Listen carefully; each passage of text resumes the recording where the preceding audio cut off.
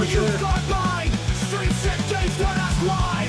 Eat a dick, that's his name. Is rage, fight fame. Okay, I made it. Woo! Well, this is Nicole and Only Steps. Welcome in. Happy Easter, everybody. You can celebrate if you don't go back.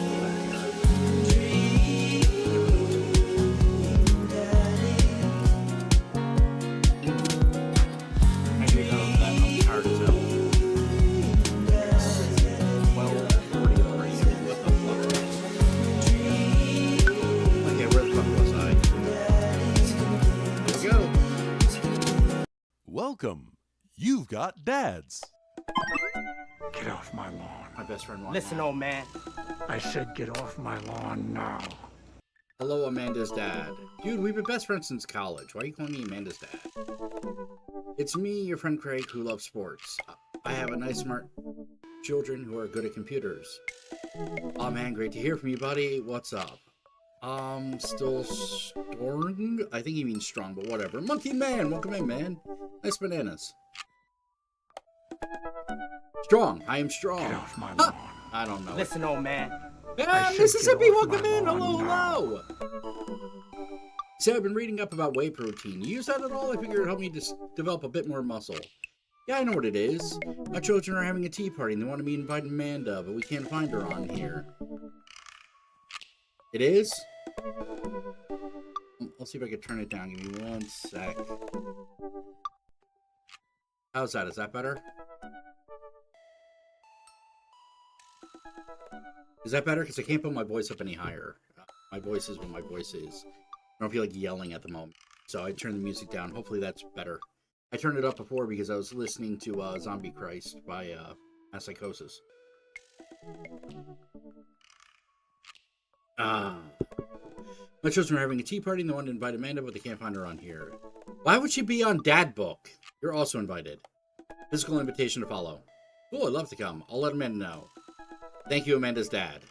Hi, welcome to Nazi Canada.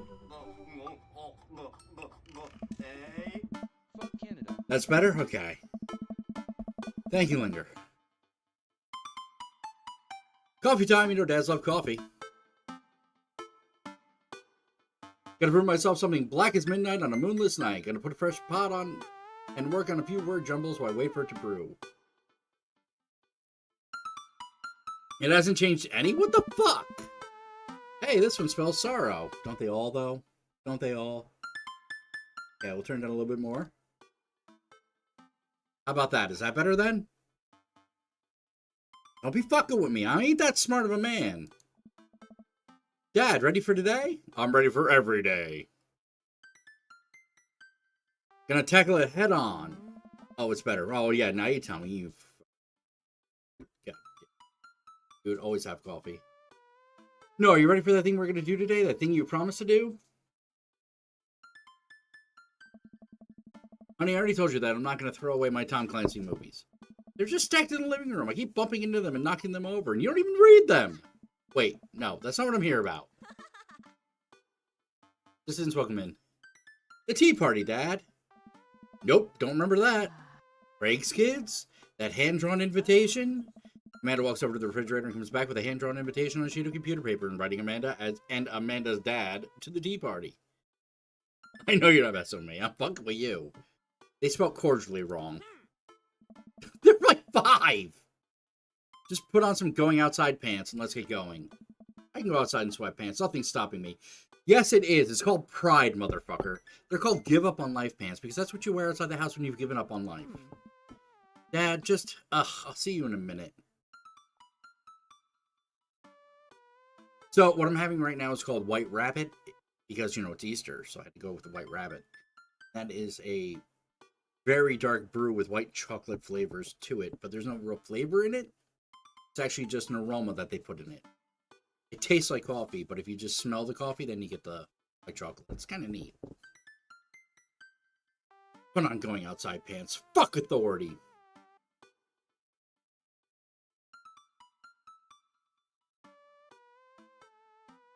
Well, sorry. I'm putting on going outside pants. I do like to say fuck authority, but, you know. Hello, thank you for coming to our tea party. I do my best bow and present my daughter, who thanks him with a curtsy. This way, please. Brian and Hazel lead us to a small table with tiny chairs, and some are occupied by stuffed animals. Matt and his daughter, Carmenista, are here too. Matt raises a comically small plastic teacup at me. Hey, dude. How's the tea? The imaginary tea is absolutely wonderful. I taste a hint of lemongrass. Death Wish is a bit much for noon. I need to be able to sleep tonight. I start my new job tomorrow, so I gotta get up at like 5 in the morning. I can't be drinking Death Wish at or 12:45, as the case may be. Hello, Carmencita. Hello, Mr. Amanda's dad. Please have a seat. I sit between Amanda and Matt. I don't think I'm going to be able to get out of this chair. That has happened to me recently. You can ask anyone who was in Milwaukee. My fat ass got stuck in the chair. I couldn't get out. I had to stand up. It came with me. Hi, everyone. I turn to see Daisy and Brian enter the backyard and take a seat next to... Sorry, we're late. Daisy made me put on my going outside pants. See, Amanda? Amanda gives me a knowing look and I return an obliging wink. She rolls her eyes. Is that really something your daughter had to pressure you into, Brian? I give Amanda another, even more exaggerated wink. She rolls her eyes even harder. I can play Geometry Dash. I've done it a few times. I'm not doing it today, but I'm perfectly capable of doing so, yes. Although I prefer things like Back to the Future, Marble Madness, Guitar Man Lives, and a bunch of other things. John Seaman, by the way, welcome in. Forgot to say that. Twins! Yes. These aren't the creepy twins, though. The preacher, the minister, he has the creepy twins. Actually, it's a common misconception that high tea was appreciated by nobles. Dad, shut up! Okay, that's what I just learned from the weird goth dude. Now, if you all put on your designated tiaras, there are little tiaras sitting on everyone's plates. Well, except for Brian's. His is a softball helmet. Oh, we ran out of tiaras. I don't think this is going to fit me, but I appreciate the thought. Dad, you're royalty. Please act like it. Brian tries to balance the ill-fitting softball helmet on top of his head, but immediately tumbles off and into the bushes. I'll get that later. Hey, everybody. Craig comes out with a teapot and a tray of sandwich cookies. Dad, is the tea ready? Yeah, it's been, steeping for a while now. Awesome. Would you girls like to serve your guests tea? No, thank you. We much appreciate our servants' help. Oh, fuck them. Craig leans over to me. That's me. Craig places teacups in front of all of us. I thought they already had a teacup, right? Remember, comically small teacup? What the fuck? In front of all of us and a single sandwich cookie into each of our plates. He pours some tea into my cup. Hopefully fluorescent for tea. I clink my teacup with Matt's and take a sip. Oh, fuck off, TikTok. Good lemonade. It's tea. Right, very good tea. I lean over to Amanda, who's happily enjoying her tea. So, what do we do at tea parties? We enjoy the splendors of upper-class society, Father. She takes a dainty bite of her sandwich cookie. Marvelous. So, the meeting of the princess has been called to order. Hear, hear. But I'm a warrior princess. I hunt stuff, and I have, like, a really cool sword. Can I be a space princess? I'll allow it. And I'll be the rock star princess. I'm also a space princess. Can there be more than one? Space is pretty big, don't you think? I changed my mind. I don't want to be a space princess, too. Dad, what are you... Do I get to be a princess? Duh! Well, I guess that makes me... the History Channel princess? Hacker princess? The Rude Boy princess? Yeah, we're gonna go with History Channel. I'm the ruler of all I survey, and what I survey is a 10-hour marathon of cupcake storage wars. I don't think I've seen that one. A squad of professional bakers bid on empty storage units and then have to bake 1,000 cupcakes, only using the ingredients found in the storage units. Oh my god, that sounds awful! That sounds terrible. Oh, it is. I think I'll be the landscaper and general contracting princess. Barista princess reporting for duty. Hey everybody, CrossFit princess here. Not now, servant. More for the princess's uprising, you'd be serving me. We sip tea for a little longer, and then the girls run off to fight dinosaurs as Spake Rock Star Warrior princesses or something, I think. I don't know. They grow up so fast. It was just like yesterday. I was helping Amanda throw her own tea parties. Did she make you a servant too? You betcha. Hermesita made me actually brew tea for her as Pitfall's owning a coffee shop. Pitfall, your custom blends are amazing. That hibiscus one you gave me a while back was choice. Aw, thanks. It's really nice to see the girls are getting along. Yeah, I'm really glad we moved into this community. We are too. Amanda's been kind of a role model to them, you know? I didn't even realize. I didn't even know if Amanda does either. But I guess they're all right. All the girls in the neighborhood look up to her. She seems to go out of her way to play with them. I'm so proud of her. By the way, I love that fucking pup you have as your little logo person picture. The fuck profile? I don't know what it is. But Nigarana, I like the puppy. Put it that way. Although I'm sure that's not a puppy anymore. It probably weighs 170 pounds. Terrorizing. You better not proud dad cry at this tea party, Ida. I brought extra word jumbles if anyone wants to kill some time while the girls play. I have to do a world jumble now. Day rolls on and the girls all get tuckered out. Amanda spends the whole day playing with them and taking their pictures, promising that she'll send the best ones later. We all clean up and help put away the tea sets and tables and head out as Daisy and Carmencita fall asleep on their dad's shoulder. Take care, guys. Thanks for coming.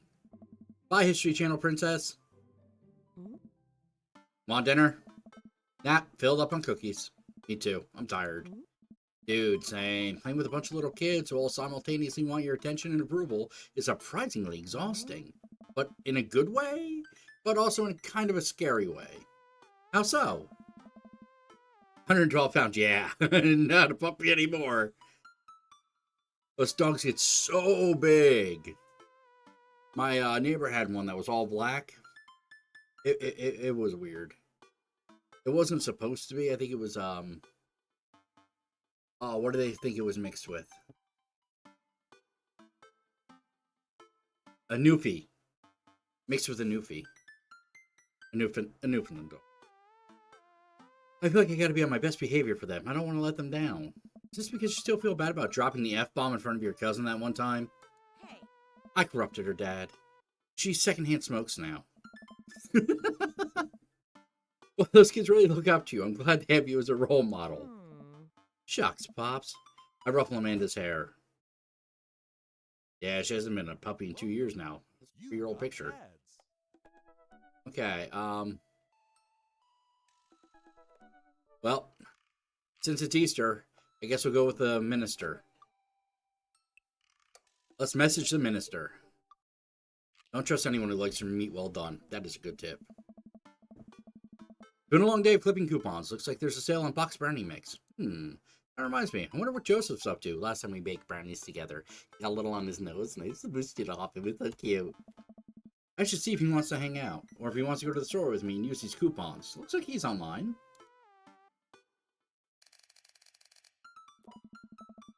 Takes a moment for Joseph to respond. Ida! Hope you finally recovered from your brownie-induced coma. And I know I promised you a fun hang, but tonight I'm actually chaperoning a youth group mixer. Amanda's invited, of course. If you're not doing anything, you should come. Aw, that sounds nice. And be a chaperone with me, because I need help. That's nice. I think for a moment. I'm a little bummed out. Okay, well that makes sense. Because, you know, they weren't big enough as they were. They gotta make them try to be bigger and stronger. Oh my god, what the hell is our obsession as Americans? I think for a moment I'm a little bummed out, of course. I just suppose I wanted some me and Joseph time. Maybe to get to know him a little better. Ah, what the heck, my friend needs my help. I type back. Buddy, if you need me, you got me. Just tell me where I need to be tonight. Joseph tells me the details, starts pretty soon, and I should start getting ready. I knock on Amanda's door and peek in. Hey, Amanda, about to head out. Where are you off to? Gonna do some extreme couponing? I'm actually gonna go chaperone this youth mixer dance thing that's happening at Joseph's church. He says you're invited, but if you don't want to come, I'll cover for you. You know what? I'm down. Maybe I can make some new friends. See, this is always good. That's a good attitude. But I'll have you know that I'm mostly doing this for the potential of free food. Ah, girl after my own heart. Thank you, Amanda. You get 4 daughter points today. See? Can I trade them for a daughter lava lamp? No. Sorry, you only have enough for a daughter spider ring. Or some of those daughter plastic jumpy frogs. I like those things. They try their hardest. It's inspirational.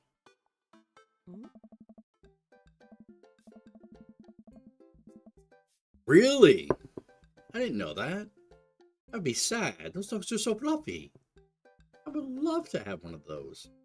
I can't believe they almost went extinct. That would be terrible for humanity. We arrive at the church and find that nobody's there. There are decorations and balloons and banners and everything, but no youths. Jesus is coming? Somebody else read that fucking banner right now! Read the banner! Read the fucking banner! I can't be alone in seeing this! Does nobody else see this? What the fuck is that? Holy shit! Okay, whatever. We'll let it go.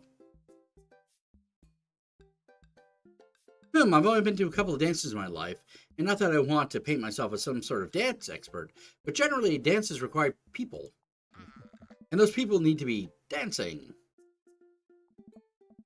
All of a sudden, Josh jogs up to us. He looks frazzled. You're here. I need your help. Joseph gestures to the hand-painted banner hanging above the church. It reads, Jesus is coming. See? I saw it first. Yikes. Well, that's certainly a thing. God made all things, Amanda. Except for that banner. Ernest made that. I genuinely can't tell if he meant that maliciously or if he just can't spell good. You know what else God also does? Forgives. He forgives teenagers, and he never, ever breaks their box mods. Are you going to break Ernest's box mod? No, Amanda, that would be a sin. I think. It's the one right after Sloth. You know, I need your help getting this down before anyone sees it. I can swing that. Amanda, can you help? Physical labor? Amanda begins rapidly scanning the mostly empty room, looking for an escape route of her own. I have to go set up the food. That was smart. Food's already set up. I'm going to do a final inspection pass on the food to make sure it's up to code. She's going to eat it. I'm going to eat your food. Yeah. Amanda's able to bolt away before myself or Joseph could get another word in. Ooh, she could really book it when she wants to. Her father was a giant pair of legs. I dated some giant arms once, but it turned out they were all right. That one almost physically hurt me. Almost. You must have been devastated. It was Armageddon. No, it's... I get it. I'll workshop it. There's a gem in there somewhere. I don't think so, dude. Give up on it. I'm really glad you're here, Ida. Are you enjoying my company, or did you just lure me here for my strong arms and height advantage? A little of both. It's always something with you, Joseph. Yeah. Something handsome and pious? You're not that pious. Bitch, you forgot the other half! Debatable. You just alluded to breaking a child's vape pen. I would have lost the debate. You ready to do this? Let's make some magic happen. Magic isn't real, Ida. God said that. God was also a bush one time. True. Joseph and I grab a stepladder and walk over to Ernest's banner. That turd Ernest had one final trick up his sleeve. Looks like the nightmare is stapled and taped 6 ways from Sunday. Any ideas? What happened to your strong arms and height advantage? Right, I forgot about those. But I realized my oversized dad fingers are far too large to get leverage on tiny staples. You got a hammer I can use to pry these off? Ida, this is a church. We get a little nervous around hammers. Yeah, but you not like nailing little boys. And nails. So Jesus goes into a Motel 6 and they asks for a room. And they said, well, do you have any money? He goes, no. I don't really have any money. He reaches his pocket, pulls out 3 nails, slaps them down on the counter, says, but can you put me up for the night? I'm kidding. We just don't have a hammer. But we have to hurry. The youths will be here any moment, and I'll never hear the end of it if we don't fix this. Wait, I have an idea. I run to grab the marker that Ernest used to draw this thing and jump back on the ladder.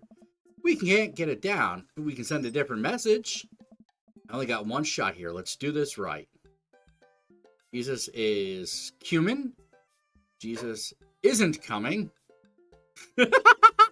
Jesus is calming. Wow, I don't know how you're going to do that.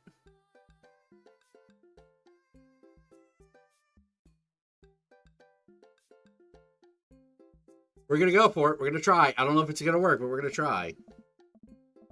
I'm able to turn the U into an A and an L somehow. It's a little tight, but it works.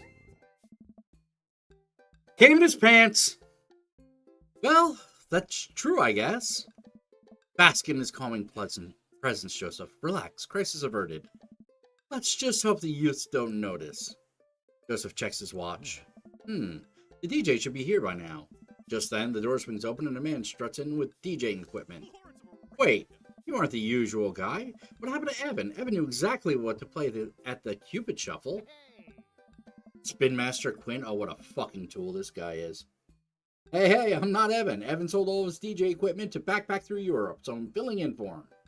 Fucking hippie. I do envy him, though. What I would give to drop everything and start over. Haha. Are you alright? Alright? I'm better than alright. I'm DJ Spin Master Quinn. He sighs heavily. Sad Master. I usually do trivia nights, but I moonlight on the ones and twos to give myself a sense of purpose in life. Is he okay? Well, you'll have to do. You have a playlist of fun songs that youths will like that won't inspire impure thoughts or tempt them into the dark side, right? DJ thinks for a moment. Believe me, buddy, I got what you need. Okay, great. I'll let you get set up. The DJ lit.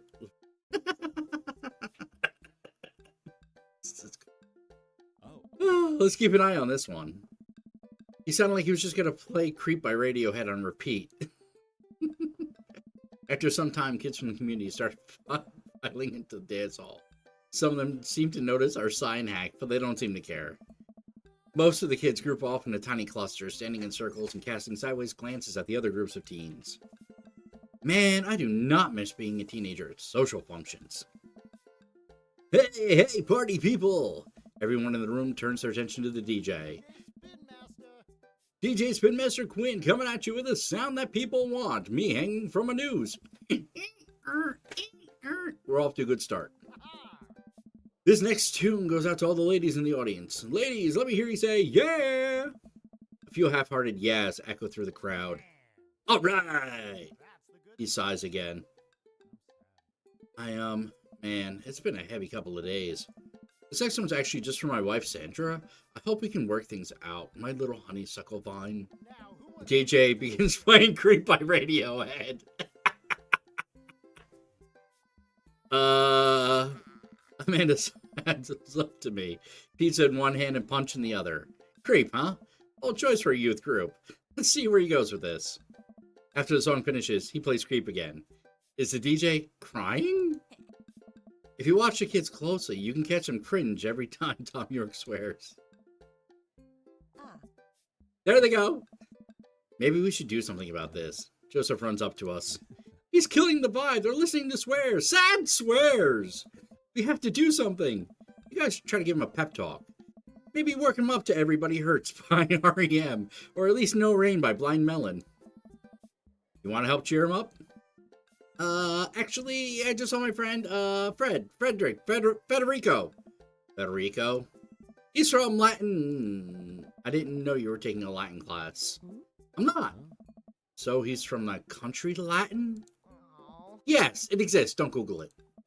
You can go, Amanda. It's fine. And she's gone. Joseph and I make our way to the DJ booth where Spin Master Quinn is having a quiet cry. Tyrone Jenkins, welcome in. Hey, bud. Hey, my dudes, how's the party jamming? It's, not.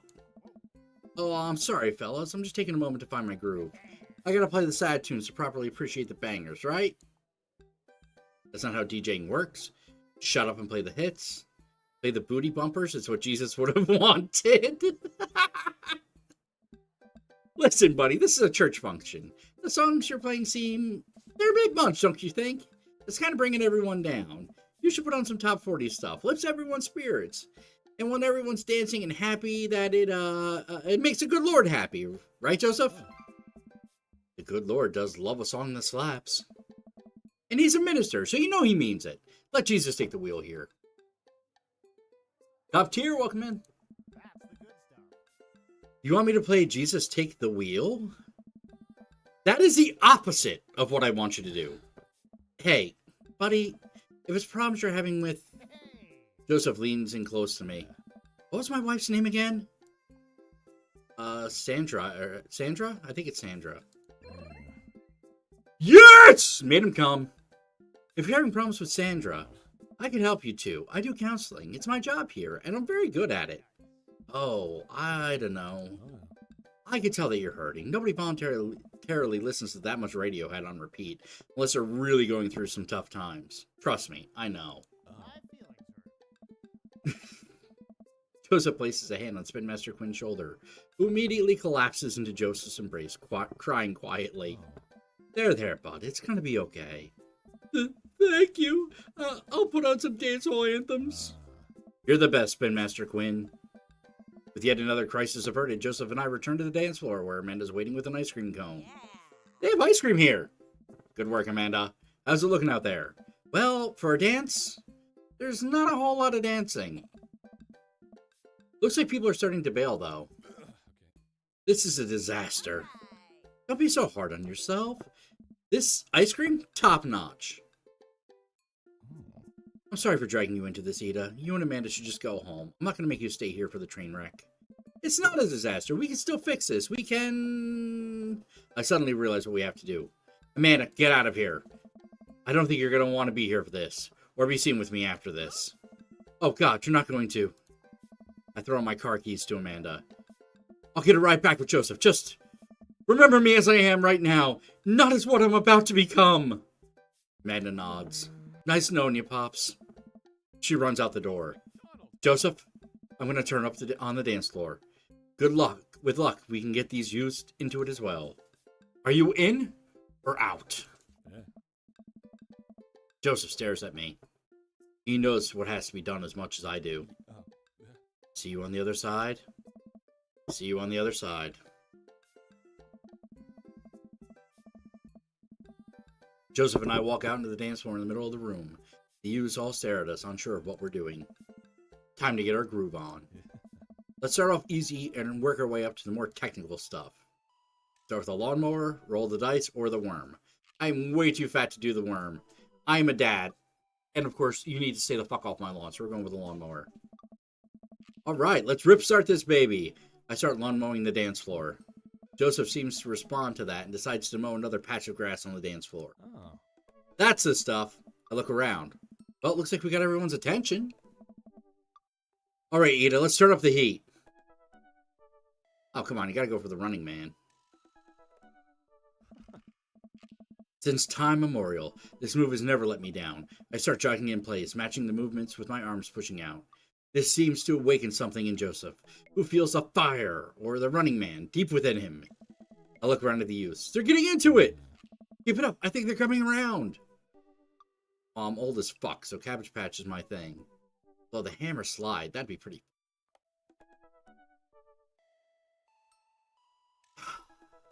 Shit, this is a tough call. You know what? I'm too legit to quit. I try to do the hammer slide. Honestly, it's not a bad bit, but the kids don't get into it. Good effort, buddy, but I think that pan flashed a little too long ago. They're not really looking too lively yet, but we can still turn it around. I'm not going to attempt twerking. We can go for the butter churn, but I don't know if we should do that in a religious setting. He is a minister. He's into molesting kids. I guess moonwalking's the way to go. I start sliding my feet backwards. I can't tell if it looks good or not, but I think these kids have seen enough people doing moonwalks that they understand the general concept. Joseph makes moonwalk attempts as well. Surprisingly, dude pulls it off flawlessly. Of course, for the same reason I just mentioned. I look around at the youths. They're cheering!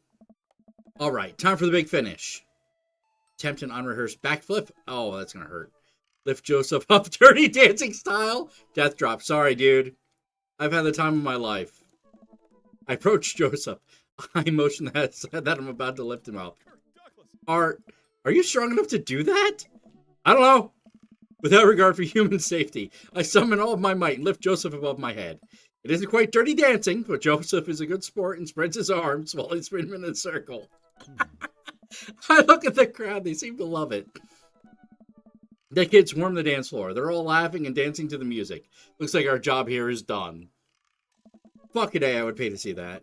Somewhat obligingly, the kids take the dance floor and start to move around. Before long, they're starting to laugh and enjoy themselves. It was dicey, but we've done our jobs. Come on, the rest of the chaperones will take it from here. What? Oh. I have something to show you. Is it your penis? Please don't let it be your penis. Joseph leads me out of the main room and down various darkened corridors of the church. I could barely see anything and find myself tripping over my own It's his penis. Joseph, I think I lost you. His hand finds mine in the darkness. I'm right here. I'm glad he can't see me blush. Where are we? This church is huge. Not as big as mine. We're almost there. I actually have to admit that I was a little dishonest with you. I didn't just invite you here to help me chaperone. What happened to lying being one of the 10 things you're not supposed to do?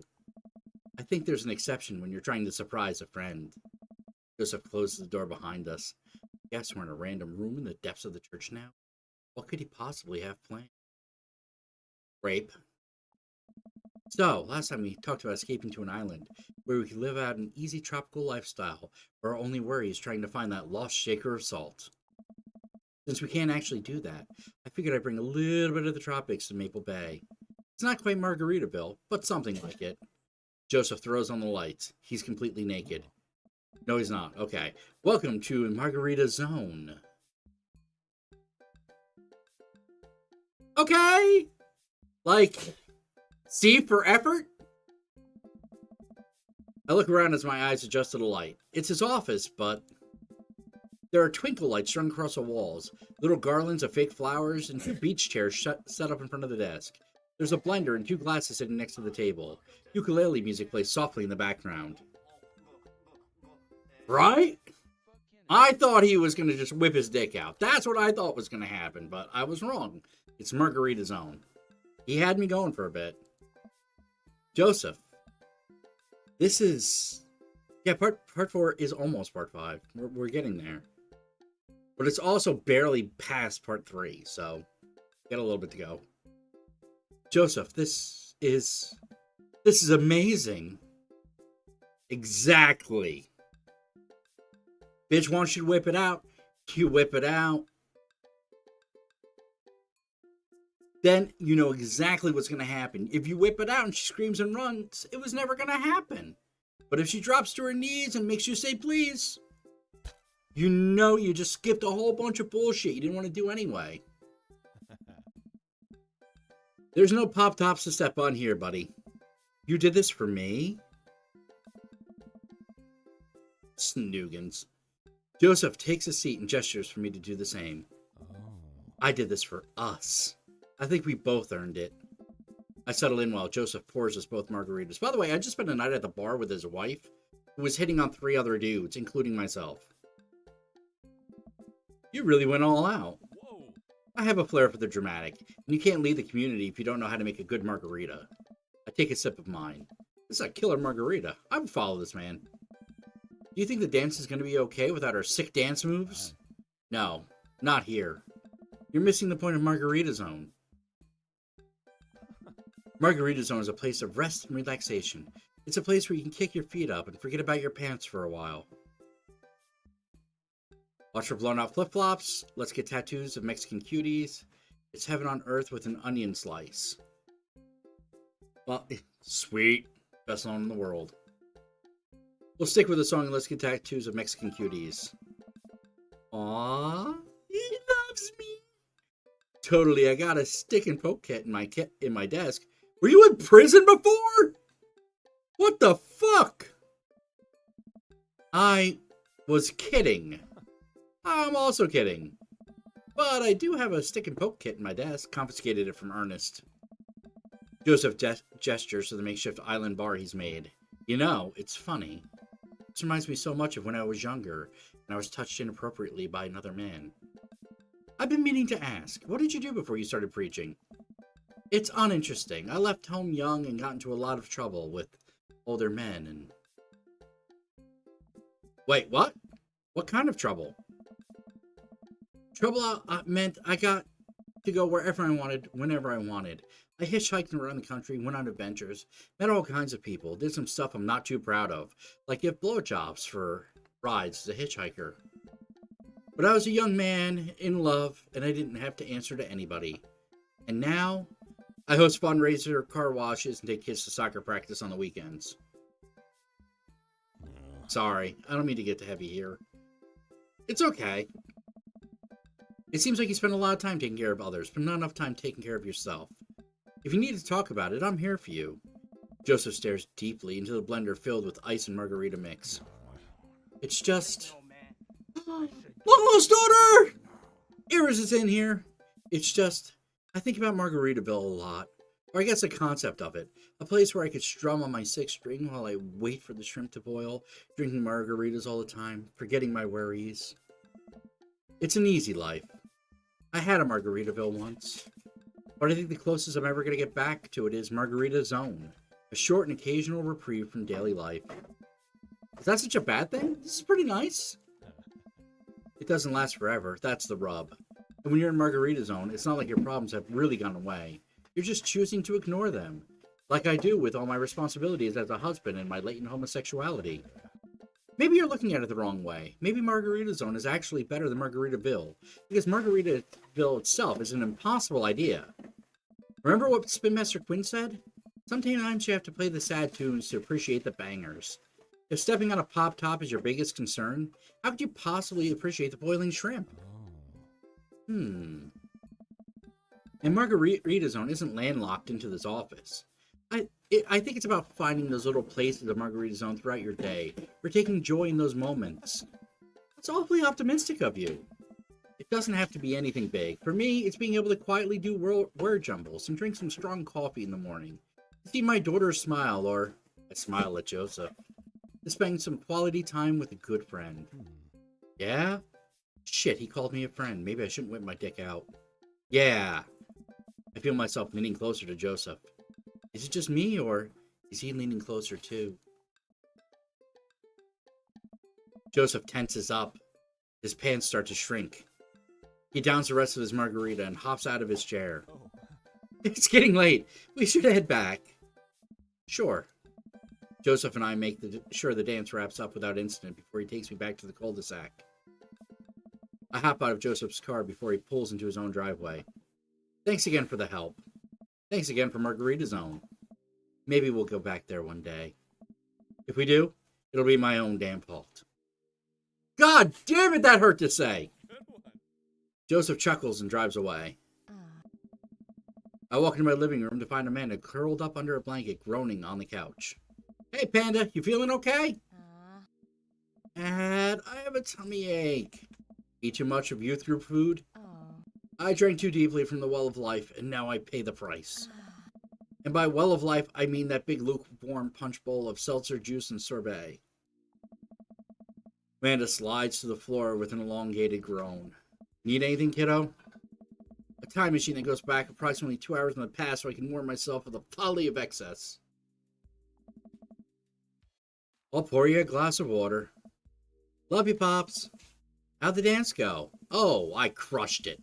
I got the kids on the dance floor at the expense of my own dignity. A fair trade. Also, everything hurts. I'll see you in the morning, kiddo. Night, Dad. Everyone needs to know how to use power tools.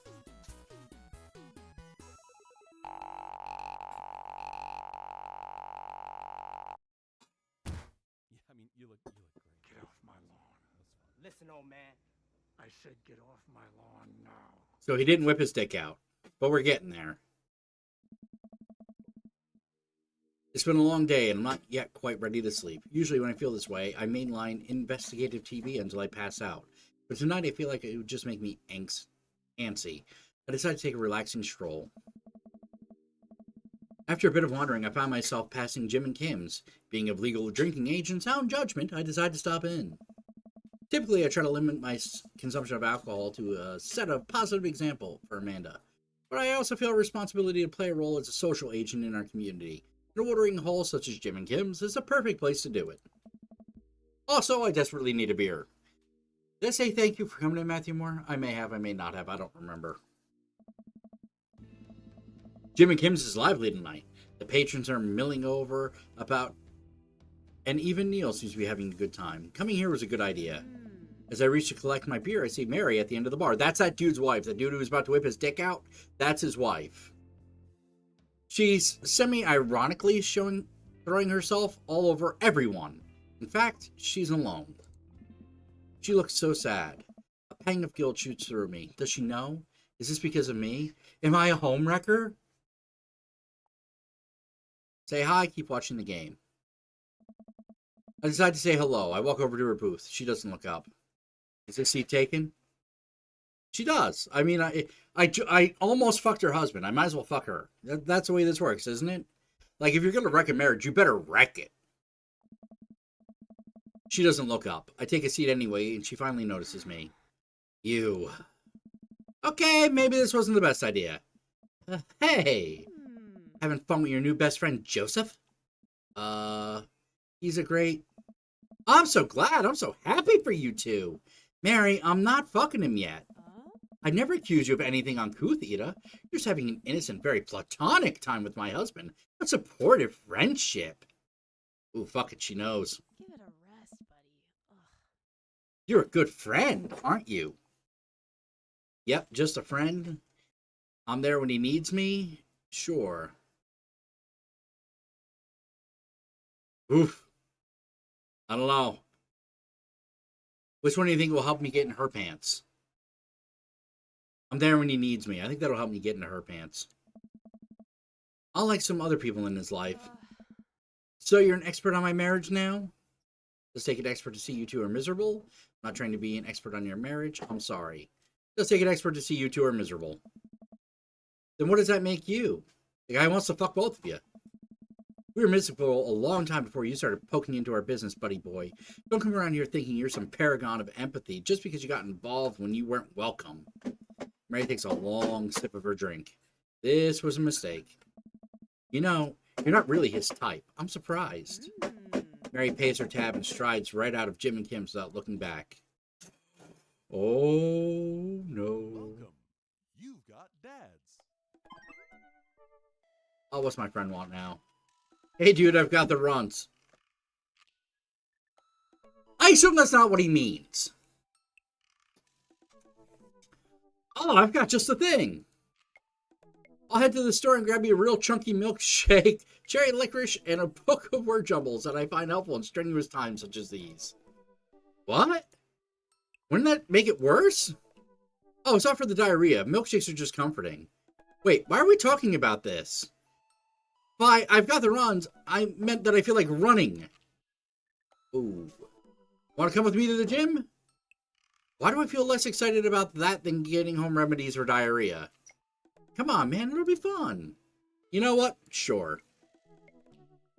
When are we doing this? There's more than 30 minutes left in Meat Hell Marathon.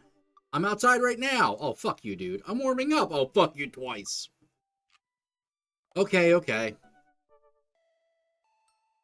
At least let me see if Betty gets away from the wolves in time to get her soppressata wrapped cheesecake out of the oven.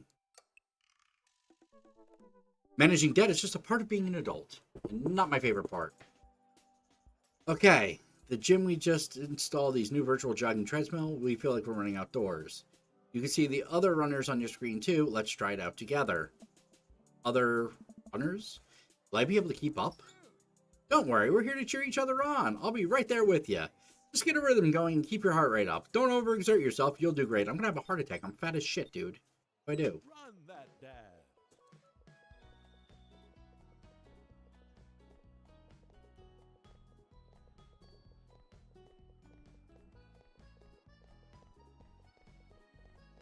Look at the fucking treadmill shaking my fat ass. We're gonna try to keep it about 110. Okay, apparently that's too much. Okay, 68 is resting.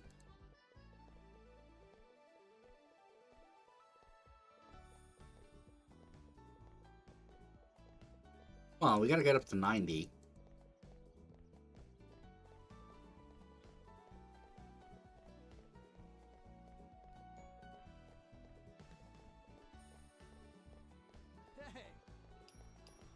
What the fuck? Did I have a heart attack?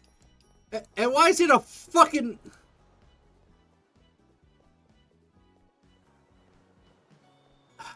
I think it's supposed to be sweat, and then it turns into an eggplant. And I'm being very scared, and I need an adult.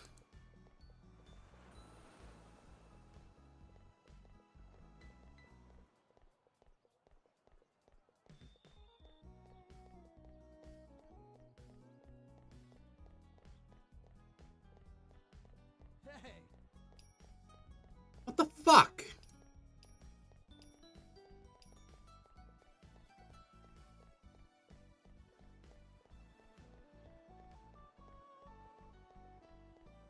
Very confused.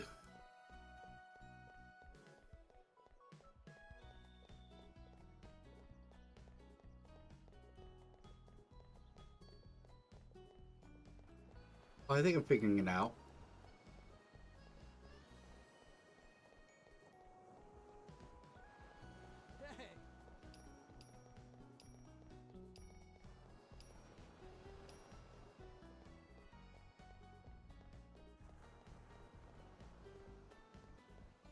I want to be in the 110s. It's really hard to fucking keep it steady.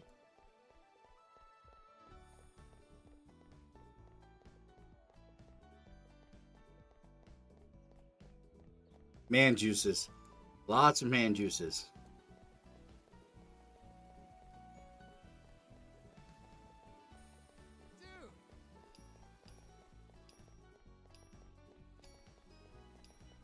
So when he turns and looks at me, that's when the eggplant happens.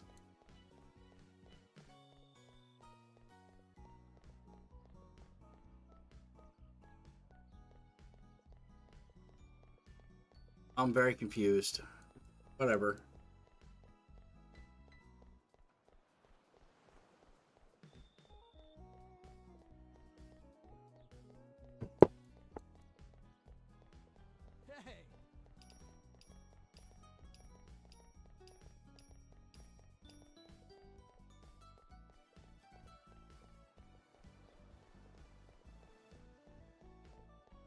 This is boring as shit, dude.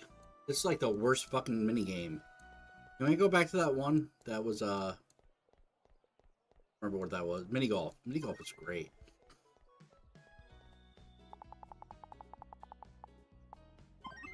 S++!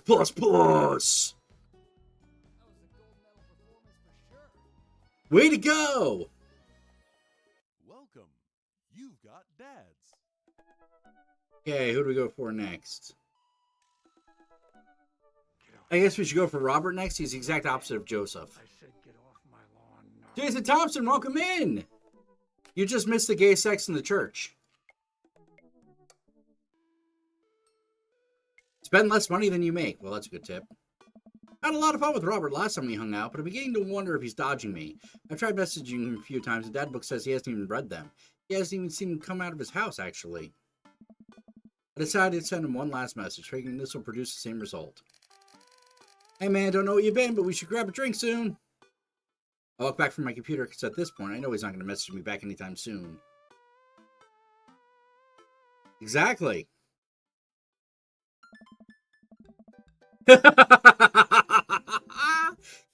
Because, like, Hello Kitty is pretty gay. This is less gay. I had a guy whip his dick out in the church basement. That is somehow less gay. I linger in the kitchen. I'm all caught up at work and the house is relatively clean. Maybe I should do something nice for Amanda. I'll bake her favorite pie. I root through the pantry and pull out all the ingredients. This is an old family recipe that I used to make with my grandmother when I was a kid. I lost the actual recipe card a long time ago, but I think I'll be able to remember how to bake it. I start mixing the ingredients together for the crust until I get a nice dough. I throw some cherries into a saucepan to make the filling. Normally I don't like to multitask in the kitchen, but this cherry pie is a piece of cake. Pie? It's a piece of pie. 'Cause she's my cherry pie. Thank you, Warren. Thank you, Warren, for being so wonderful. I'm making a pie. Aw, man, I can never remember what temperature you're supposed to set the oven at. I'm pretty sure it's 375, but I could be wrong. It's probably 375 or 350. Who am I kidding? I'm never wrong when it comes to this pie. My special twist in my grandmother's recipe includes a secret ingredient that not even Amanda knows about. It makes the cherries extra flavorful. God, why can't I remember what the secret ingredient is? Or cherry, salt, or almond extract? Almond extract, probably. Oh, it's almond extract, duh. Whoops. I accidentally poured a little too much in. Way too much in. I'm sure it's fine. Baking is more of an art, and some of the most beautiful art is made from mistakes. I finally get the pie in the oven. How long am I supposed to leave it in there? 50 minutes? I'll just wing it. Probably about 35 to 40. Amanda's gonna be so excited. That kid loves good pie. I have a seat in the kitchen table and do word jumbles until Amanda comes home. I hear the door slam. Yo, Pops, what smells like pie in here? It's pie, sweetie. Amanda darts over to the oven and looks inside. Yes! Hey, it's not done. Be patient. What's your angle here? What? Pies are an objective-based confection. What are you trying to get out of me? Fine, you caught me. Nothing. I've been leading a double life. I was hoping to butter you up so you would take me shopping later. Maybe buy me a new tool set. Classic role reversal. I respect that. I wait a few minutes before taking a pie out of the oven. I set it on the rack to cool and guard it so Amanda doesn't dig in before it's ready. Huh. What? Does it look kind of weird to you? Oh, that's just me taking artistic license on what a cherry pie means to me emotionally. I'm just saying this because, you know, it seems like you might have baked this pie incorrectly. And you're currently, right now, trying to pass that off as a good thing. It's an art, sweetie. Good, Ross, welcome in. Was it an art when you accidentally baked a whole on-cracked egg into the center of my 12th birthday cake? Well, it's... Was it art when you tried to make brownies and accidentally created chlorine gas? Okay. I mean, I guess if you had enough salt and vinegar, you could possibly do that, but it'd be tough. Well, that's a bit of an exaggeration. Was it an art when you... Just eat the pie, Panda! I cut us a few slices and we sit down to eat. The cherry filling oozes out the sides and the buttery crust glistens. I watch as Amanda takes a bite. This is going to be bad.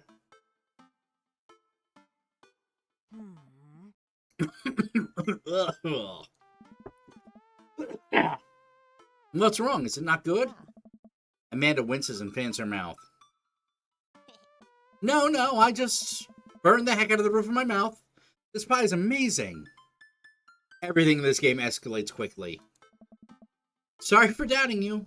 I breathe a sigh of relief and take a bite. She's right, the pie's pretty incredible, as it always is. I'm really proud of you for making pie without burning the whole new house down. I got a few dad tricks up my dad's sleeve. Maybe fathers aren't as bumbling and as stupid as the media makes us out to be. Maybe we, as a society, should have a little bit more respect for fathers as a whole. Dad, your sleeve is on fire. I run to the sink and put it out. There is never a bad time for coffee. Just depends on what kind of coffee. But remember, never decaf. Decaffeinated coffee is like non-alcoholic beer. There's no fucking point to it. Amanda and I cleaned up the kitchen and play a little more living room hoops before she retreats to her room to do homework. I go back to my word jumbles. Hey, this one spells cat. Or tack, who knows? The rest of the evening trickles by. We eat dinner. I help Amanda with one of her scholarship applications, and we both start getting ready for bed. I decide to check Dad Book one last time before I climb into bed. Still nothing from Robert. Huh. Hope he's okay. I turn out the lights and lie down. Hey. Exactly. Drinking non-caffeinated coffee is like, you know, going down on your cousin. It might taste about the same, but it's just fucking wrong. Hey, Ida, hey. Ida! Hey, I'm outside! Come outside! Oh, what is that? I was just on the verge of falling asleep. I climb out of bed and try to identify the source of the dinging. My computer illuminates in the dark of my room. I walk over to it, ready to turn it off, when I notice what's happening on screen. Don't make me honk. I will honk. Get out here. I look out my window, and sure enough, there's Robert leaning against his pickup truck in my driveway. Robert's going to either kill me or get me arrested. That's just kind of the man he is. I open my door and try to figure out what's going on. Hey? Want to hang? Was kind of sleeping. That's no fun. Come on, hang out. I would argue that sleeping is very fun, but I don't have to be anywhere in the morning. Might as well live a little. Sure. Cool, you plan on going out like that? I look down and realize that I am, in fact, not wearing pants. I mean, I don't mind. Right. 1 second. I run inside and throw on my going out pants, shoes, and jacket. I grab my keys and meet Robert back outside. Ready? Ready. Hop in. I jump into his passenger seat of his old red pickup truck. I have to move a few empty cigarette packs and gas station receipts out of my way before I can sit. Robert silently starts the truck, and we drive out of the cul-de-sac. You like Tom Waits? Not especially. Fuck it. I look. Before I can answer, Robert turns up the radio. Yep, that's Tom Waits, all right. He lights a cigarette and cracks some windows. We drive together in silence. So, where are we going? It's the same voice over and over again, goddammit. I don't even change it. Robert doesn't respond. Robert? Oh, I heard you. He still doesn't answer my question. I look out the window and notice that Robert's taking us to the highway. I twiddle my thumbs. Well, whatever I've gotten myself into, looks like I'm in it for the night. I settled in my seat and watch streetlights pass by. I glance over to Robert, who's driving intensely. He looks tired, as he always does, but there's something a little bit more there that I just can't place. His hand slowly goes down his... Fuck it, we'll just say it. Are you okay? Just peachy. Stop looking so nervous. I'm not nervous. I'm a little nervous. Just hang on. We're almost there. Almost where? I have no idea where we are. I think we're moving at a slight incline, but I'm not so sure. We eventually come to a stop. Robert gets out of the car, and I sit for a second. Unsure if he wants me to get out, too. What are you waiting for? I hastily exit the car. Robert sits in the bed of his truck and pats his face next to him. An 8-foot bed that don't gotta be made? Is that what we're doing here? Uh-huh, that's what I'm thinking. I sit down and take in the view. We're on a hill overlooking the city skyline against the bay. The cool night air rustles some trees near us and as lights blink off in the distance. Off to the side, I can see the entrance to a dense forest. Man, it's all so gorgeous. This is where I come to masturbate.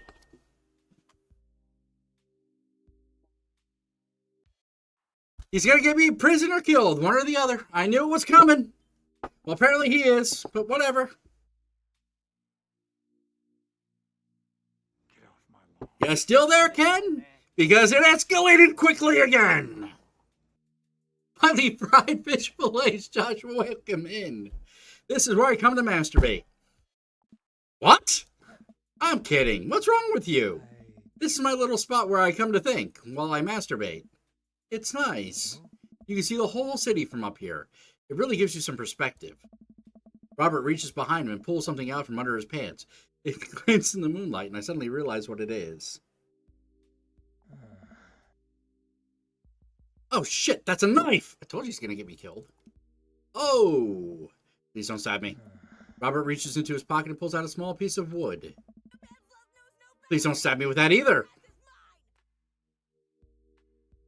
Queen Nick, thank you very much for the heart me. Welcome in. I didn't even see you sneak in here. Look at that. I saw Kyle came in and left, and Jay came in and left. Welcome in. Please don't stab me with that either. He wants to stab you with his wood, don't worry. Robert takes a knife into the piece of wood and starts carving at it. Oh. I breathe a very audible sigh of relief as Robert looks at me sideways. Did you think I was going to stab you just now? Yes! What? No. Hate to break it to you, but I did, in fact, bring you out here just to harvest your organs. Play along. Yeah, well, you caught me in your trap, but I knew. For years, I've been putting the most vile junk food in my body in preparation for this day. No, man. I said get off my lawn now. Yeah, exactly. This guy's fucked. Come at me, friend, and reap what you will. 2 steps ahead of you at all times. That's how I operate. And he came in his pants. Ha! Nothing gets past you, huh? Robert reaches into his pocket and pulls out a folding knife, and he opens it and hands it to me. I gotta warn you, the last guy I had a knife fight with lost 3 fingers because he didn't know the 8 basic rules of knife fighting. You're familiar, correct? I honestly can't tell when you're kidding. I'm so many levels of irony deep that I've forgotten what humor is. Well, thank you very much, and enjoy your pizza bagels. And happy Easter to all, by the way. And Dojo Josh, also welcome in. And Daniel Walker, who's also still here somehow. Why? Why would you be here? This is a horrible game. I mean, it's hilarious, but it's horrible. He and I laugh. Have you ever whittled before? Is that a euphemism? Considering I'm not a grandpa? No. What do you mean by that? Well, I just thought you would have a block of wood shipped to you along with your first Social Security check. Ida, I'll have you know that whittling is a time-honored tradition enjoyed by both young and old alike. That you're dismissing it before you've even tried it speaks volumes about your character. However, because I've gotten to know you for some time, you've come out to think of us as friends, I'm willing to attribute it to ignorance instead of malice. Are you really? What I'm trying to say is, by the way, there are 8 different endings, in case you want to know. I'm not doing all 8. That's not going to happen. But there are 8 different endings. They do. Not to mention the whole blood circle, if you remember that. What I'm trying to say is, go get that stick. He comes up to here to masturbate, go get that stick, he's pulling shit out of his pants.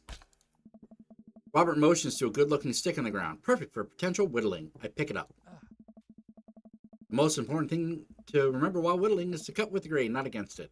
If you cut against the grain, the wood is going to splinter. No, the most important thing to remember is to cut away from you and not towards you so you don't stab yourself. That's the most important thing, okay? Which way the wood is, doesn't matter. If it splinters, it splinters. Who gives a fuck? You stab yourself in the chest, well, things go bad. Oh no, I stole it. Army matey. I fucking pirate everything. Isn't the most important thing safety? It is horribly awesome. That's actually a good way to put it. Horribly awesome. That's a good way to put it. Cut towards your body, not your body. Exactly. Blood circle, man. Blood circle. Make sure you can't reach them. Especially, you know, you're like, oh, can't get through cutting too deep and woohoo! Oh, and there goes your fucking friend's fingers. No. You don't want to do that shit either, because then he tells you got to put fingers in your ass to keep them warm, and things just go downhill from there. I've been there. You don't want to be there. No. The most important thing is not safety. Getting hurt comes with the territory. Look at my damn hands. I look at his damn hands. They're calloused and covered with little white scars. They're very nice hands. You can't make a stick omelet without breaking a few hand eggs. Yes, you can. Just don't be an idiot. Knife that wood.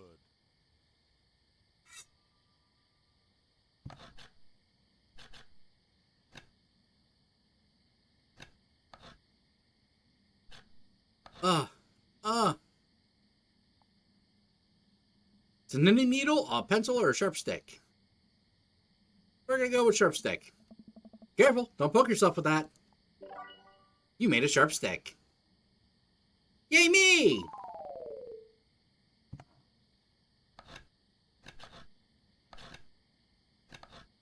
A popsicle stick. A flatworm, a tongue depressor, a popsicle stick. Popsicle stick. Now all you need to do is carve up some wooden juice, wooden fruit, and a wooden freezer. I'm doing good, yeah!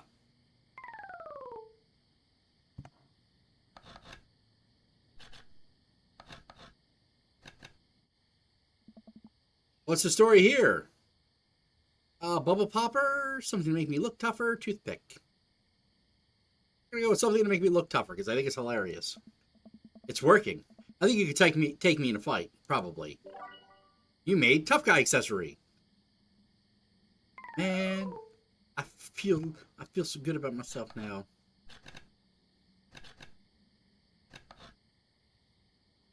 What's this? Chicken nugget? I don't know. Ouija board planchette. We're gonna go with a planchette. And all you need to do is carve up a board and we're set. And maybe also carve a ghost. I'm doing good now. Doing good.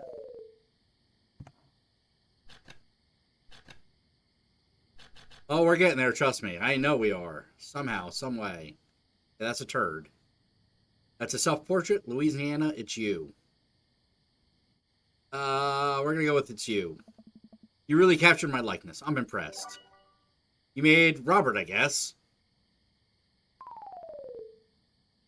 Okay, dildo. Here we go. Dildo. Dildo. Dildo. Interesting. What do we have here? A left chopstick, a right chopstick, or an ambidextrous chopstick? Oh, we're gonna go left chopstick. It's a stick. I said get off my lawn. I made a lefty chopstick. Fuck yeah. Nick Whitfield, welcome in! I don't know why you're here, but welcome in anyway. Dildo time. Come on. Dildo. Dildo. Dildo. Dildo. Dildo. Holy fuck, did I just make a swan? If you keep this up, you'll be whittling pro in no time. That's a swan. Nice work. I made the meanest bird. Yeah. I'm also left-handed.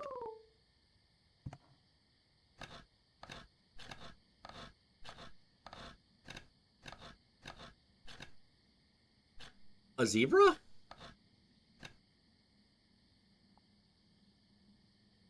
Sir Horsington the Brave, the spirit of a Mustang, or a big old dog?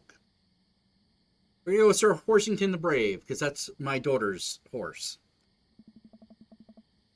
A brave and noble name for a brave and noble creature. I made a beautiful gift for Amanda.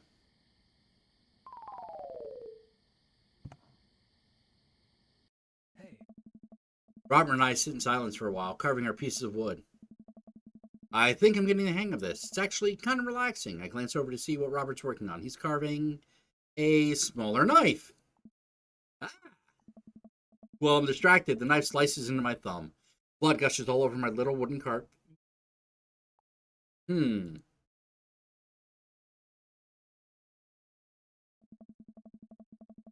Robert is lost in carving and doesn't notice me bleeding everywhere. Robert still doesn't notice.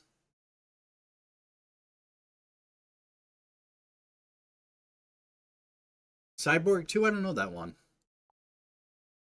Robert, I'm dying. I'm bleeding to death. Robert finally looks over. He reaches into his jacket again. Jesus, how much stuff does this guy keep in there? Pulls out a red bandana. He wraps it around my thumb. Hold tight. He hops off the truck and I hear him rummaging around in his car. He comes back a moment later with a well-stocked first aid kit. Robert carefully wipes all the blood off my hand and swipes a bit of antiseptic into the cut. With surprising gentleness, he places a bit of gauze in the wound and wraps it all up. Aww. You okay? Yeah, I'm good. He hands me what's left of the tube of antiseptic. Make sure to keep that cut clean. Yeah, I know. I actually have a jacket just like that, so now I feel bad. It's oddly touching and a little sexy. I guess I'm a real whittler now. That you are. Be careful, though. They're attracted to the smell of blood. What? What? What's attracted to the smell of blood? Cryptids. Tons of them out here, you know? Cryptids? Like Mothman and stuff? Okay. Mothman is bullshit, but yeah, the town's a hotbed for cryptozoological occurrences. You're joking. Oh, how I wish I were. I'm a skeptic myself, or at least I thought I was.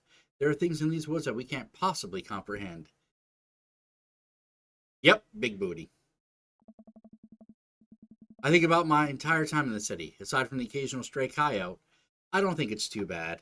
You have to know that this is about to go like full Brokeback Mountain here. You ever heard of the Dover Ghost? Don't think so. Well, let me tell you a story. I was out in the woods here on a weekend camping trip with Betsy. You don't know Betsy, but she's a big pup. Pitbull. Real intimidating.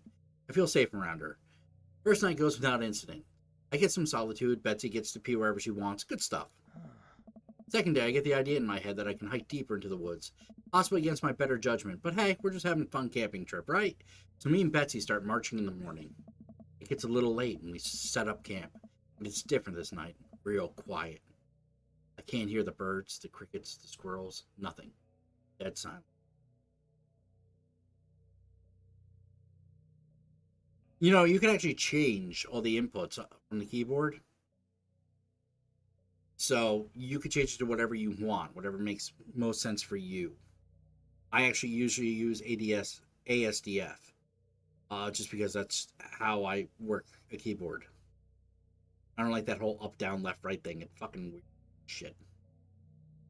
Also, most of them can be used with a controller. They're interchangeable and integrated. So you might be better off using a controller. It gets a little late and we've set up camp, but it's different this night. Real quiet. I can't hear the birds, the crickets, the squirrels, nothing. Dead silent. Then it happens. I hear the most unholy growl I've ever heard in my life, right outside my tent. Me and Betsy, we go to investigate. We look around the clearing and... But then there's this feeling. I'm not sure if I can quite describe it. I know something is watching us. Betsy, though, she's scared. Never seen her like that. And when she's scared, I know that I should be too. And then I see it. In the distance, Mark Gerhardt came in. And I'm not sure what it says. I think it says... Verbally? I missed that somewhere somehow. Why is it not coming through? Okay. A man, but... If something that didn't know what was man was supposed to look like made it, it just looked wrong. Big. Arms too long for its body. Black eyes. It just stood there and stared at me while masturbating. And then it disappears. I hear one yelp from Betsy and turn around to check on her. But she's gone. Into thin air. I didn't sleep at all in my tent that night. I don't think I've slept right since.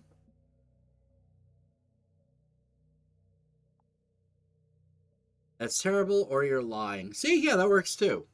I actually always have a full keyboard with the 10 keypad on it. If I don't have a keypad on my keyboard, it's useless to me. That's terrible, or you're lying. I wouldn't say lying. He's more of a joker.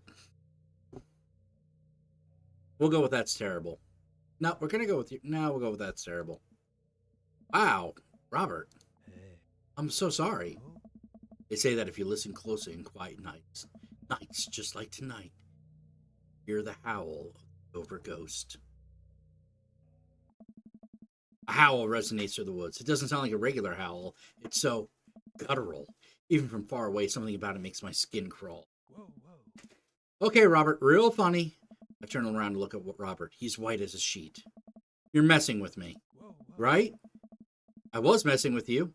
Up until literally just now. I totally made that camping story up. I strain my eyes to scan the forest line, trying to see where the howl originated. Off in the distance, I see something. It's so far away. I could barely make out a shape. It looks human, but it's dragging something. You see that? We should go. Huh?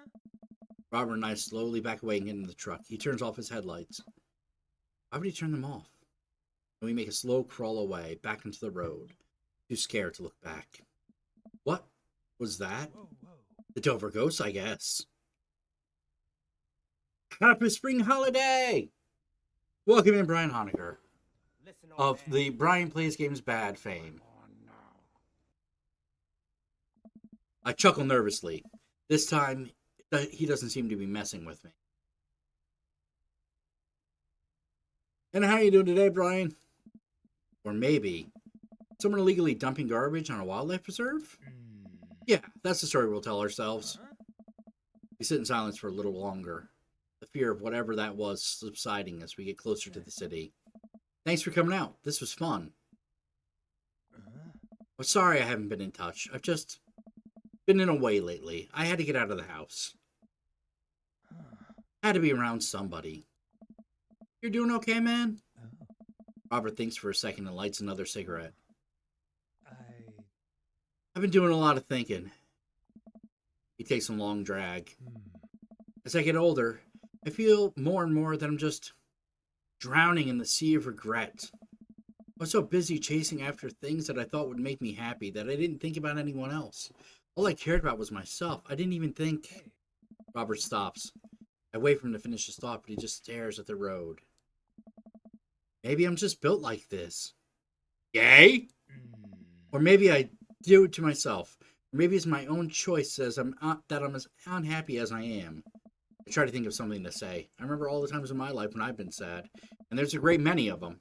But there's always a light at the end of the tunnel, something I always held on to that kept me going. But there's something so resigned about the way Robert's talking. That sucks, I'm glad you told me. Maybe we don't deserve to be eaten by the Dover Ghost. Maybe that's why it's here. The Dover Ghost feeds off your sadness, my sadness. It haunts us in the night. Honestly, it makes sense. I was trying to get around. Just to be devoured for my sins. Yeah, that sounds pretty great, actually. It was a joke. I'm turning the car around. We're going back. Robert slams on the brakes and puts the car in reverse. Robert, wait. He stops the car again. You know what? I thought about it. It's not my time yet. I haven't finished watching the Criterion Collection. Jesus Christ. They just keep adding stuff to it. And he came in his pants again. But thanks, Ida. We drive the rest of the way in silence, listening to the radio and watching the bright lights of the city grow bigger. Robert drops me off at my place. As I'm about to close the passenger door, I realize that I still have Robert's pocket knife in my jacket. I pull it out and offer it back to him. You hold on to that. You never know when you might need it. Night, Robert. Have a safe drive home. Robert smirks and pulls away. Then he immediately pulls into his driveway, which is one over from mine. He gets out and waves. Get off my lawn. Listen, old man. I said Glamburger! Welcome in. now. I tiptoe into the house, careful not to wake Amanda up. Whoa, where'd you come from? I look around and spot Amanda coming out of the kitchen with a glass of water. I thought you were sleeping. Robert woke me up to go cryptid hunting. You know the Mothman is bullshit, right? Amanda Lang! You know what? It's fine. I finally decide to go to bed. Do what you love and the money will come. Apparently so will the other men.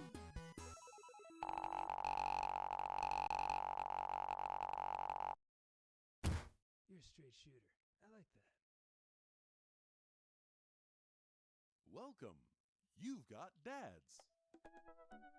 Okay, where am I now? So we got 2 on Matt, so we don't want to do that. 1 on Brian, but I can't stand that dude. He's a piece of shit. 2 on Robert. 1 on Damien. Whoop. Close. Fuck Hugo. 2 on Joseph. I guess we're going to do Damien first. Then we're going to figure out which guy we're going to try to end up with. You've got dads. Spend less money than you make.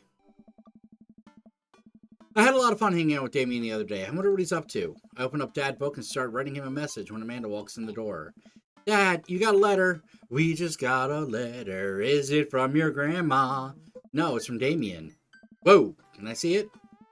Amanda hands me a piece of old parchment folded into an envelope and sealed with purple wax. Damn, that dude goes all out.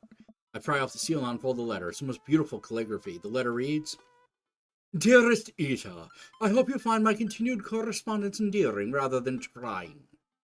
One can only hope that my use of the slower, more traditional form of communication will showcase my sincere and honest sentiment that I greatly enjoyed our time together. I write this hastily under the warm embrace of excitement, fearful that I might misstep and speak towards something unwelcome. For now, I hope that you might forgive my boldness. I will simply say that your company has greatly occupied my thoughts. While the afternoon may have been derailed by forces unseen, your companionship helped a great deal. not only in the discipline of my child, but in the moral of my spirit. And for that, I thank you. That said, Ita, if you'll allow me, it would mean the world to me if I could enjoy more of your time. Perhaps a trip to the cinema, followed by a moonlit stroll, would be more to your taste. I eagerly await your response. With greatest respect, D. Bloodmarch.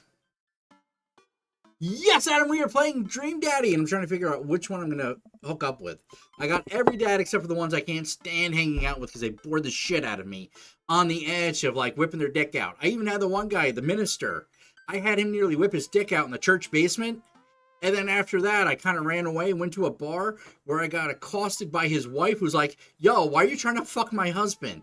And I'm like, well, your husband hates you and you hate him, so what the fuck? Why do you care if I'm trying to fuck your husband? And it didn't go well.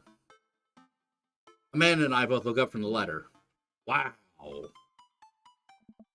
He's good. So, you gonna catch a movie with him?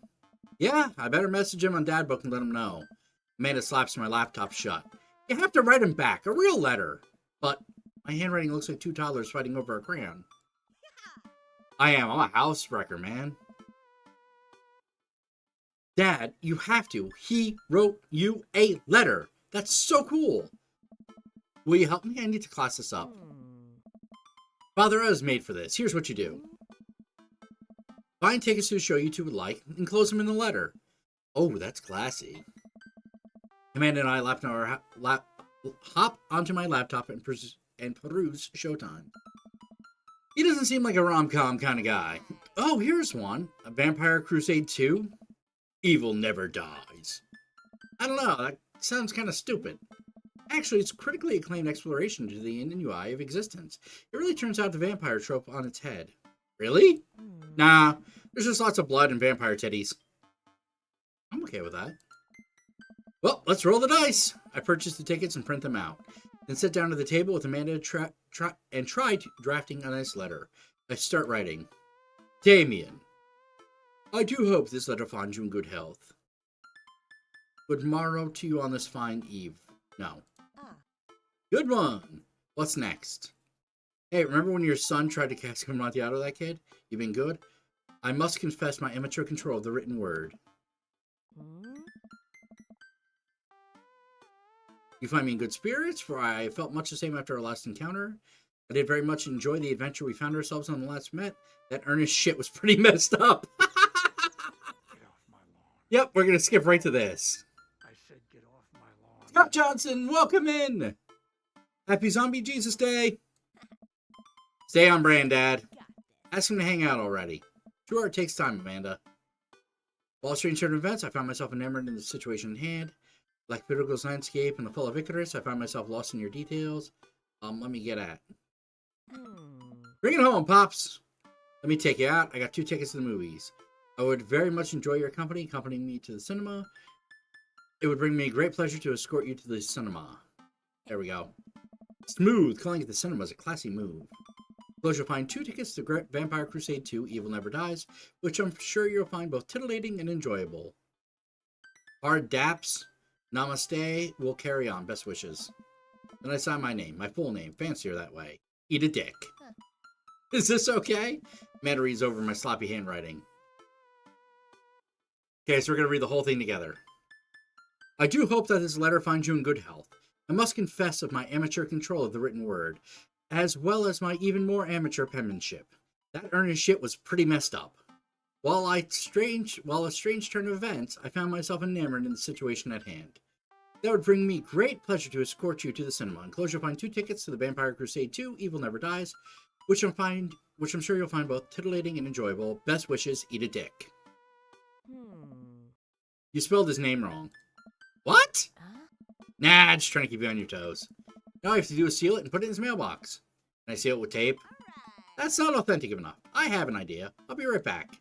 Amanda leaves the room and returns with a candle, a lighter, and a small piece of wood. Gotta have a wax seal. She lights the candle, which starts to burn down and form a pool of melted wax. What's the other thing? Amanda pours some wax on the folded letter and expertly pieces a small wood into it.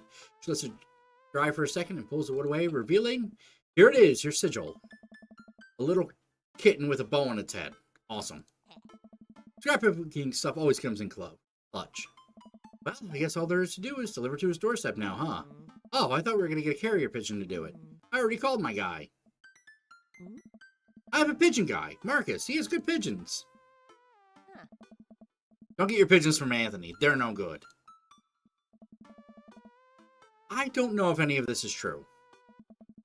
I head outside to walk over to Damien's house. I slip the letter into the slot in his door and go back home. Mission accomplished? Now we play the waiting game. The night finally rolls around where I'm supposed to meet with Damien. The next day, he had left another beautifully crafted letter thanking me for mine and agreeing to the evening. Amanda helps me pick out a nice outfit and show up to the theater a little bit early. It's a chilly night in the theater. It's kind of crowded, but it's still nice. How do you do? I jump at the sound of his voice. I turn around to see Damien right behind me. You almost gave me a heart attack. How long were you there for? I don't know. I just walked up. My apologies for frightening you. Was that thunder? Is it going to rain soon? I didn't hear anything. What? Oh, my. What? Regardless, the hour grows close. Shall we take our seats in the cinema? I must thank you again for purchasing our tickets. Please allow me to repay the deed in Sour Patch Kids, or perhaps Milk Duds. Let's do it. We get in line to buy snacks. As we're waiting, I hear a familiar voice behind us. Ugh, my dad's here. I turn around to find Lucian standing a few feet behind us with a gaggle of other goth kids. Lucian, how nice to see you. I didn't know you were coming to the theater. I'm glad to see you spending some quality time with your friends. Whatever, Dad. And what movie will we be attending tonight?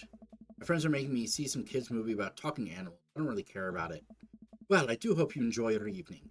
We'll be watching A Vampire Crusade 2, Evil Never Dies. What? You? Watching that? Yeah, I thought Damien would enjoy it. Good luck with that, Dad. Lucian rejoins his friends, and I look over to Damien. Good luck with what?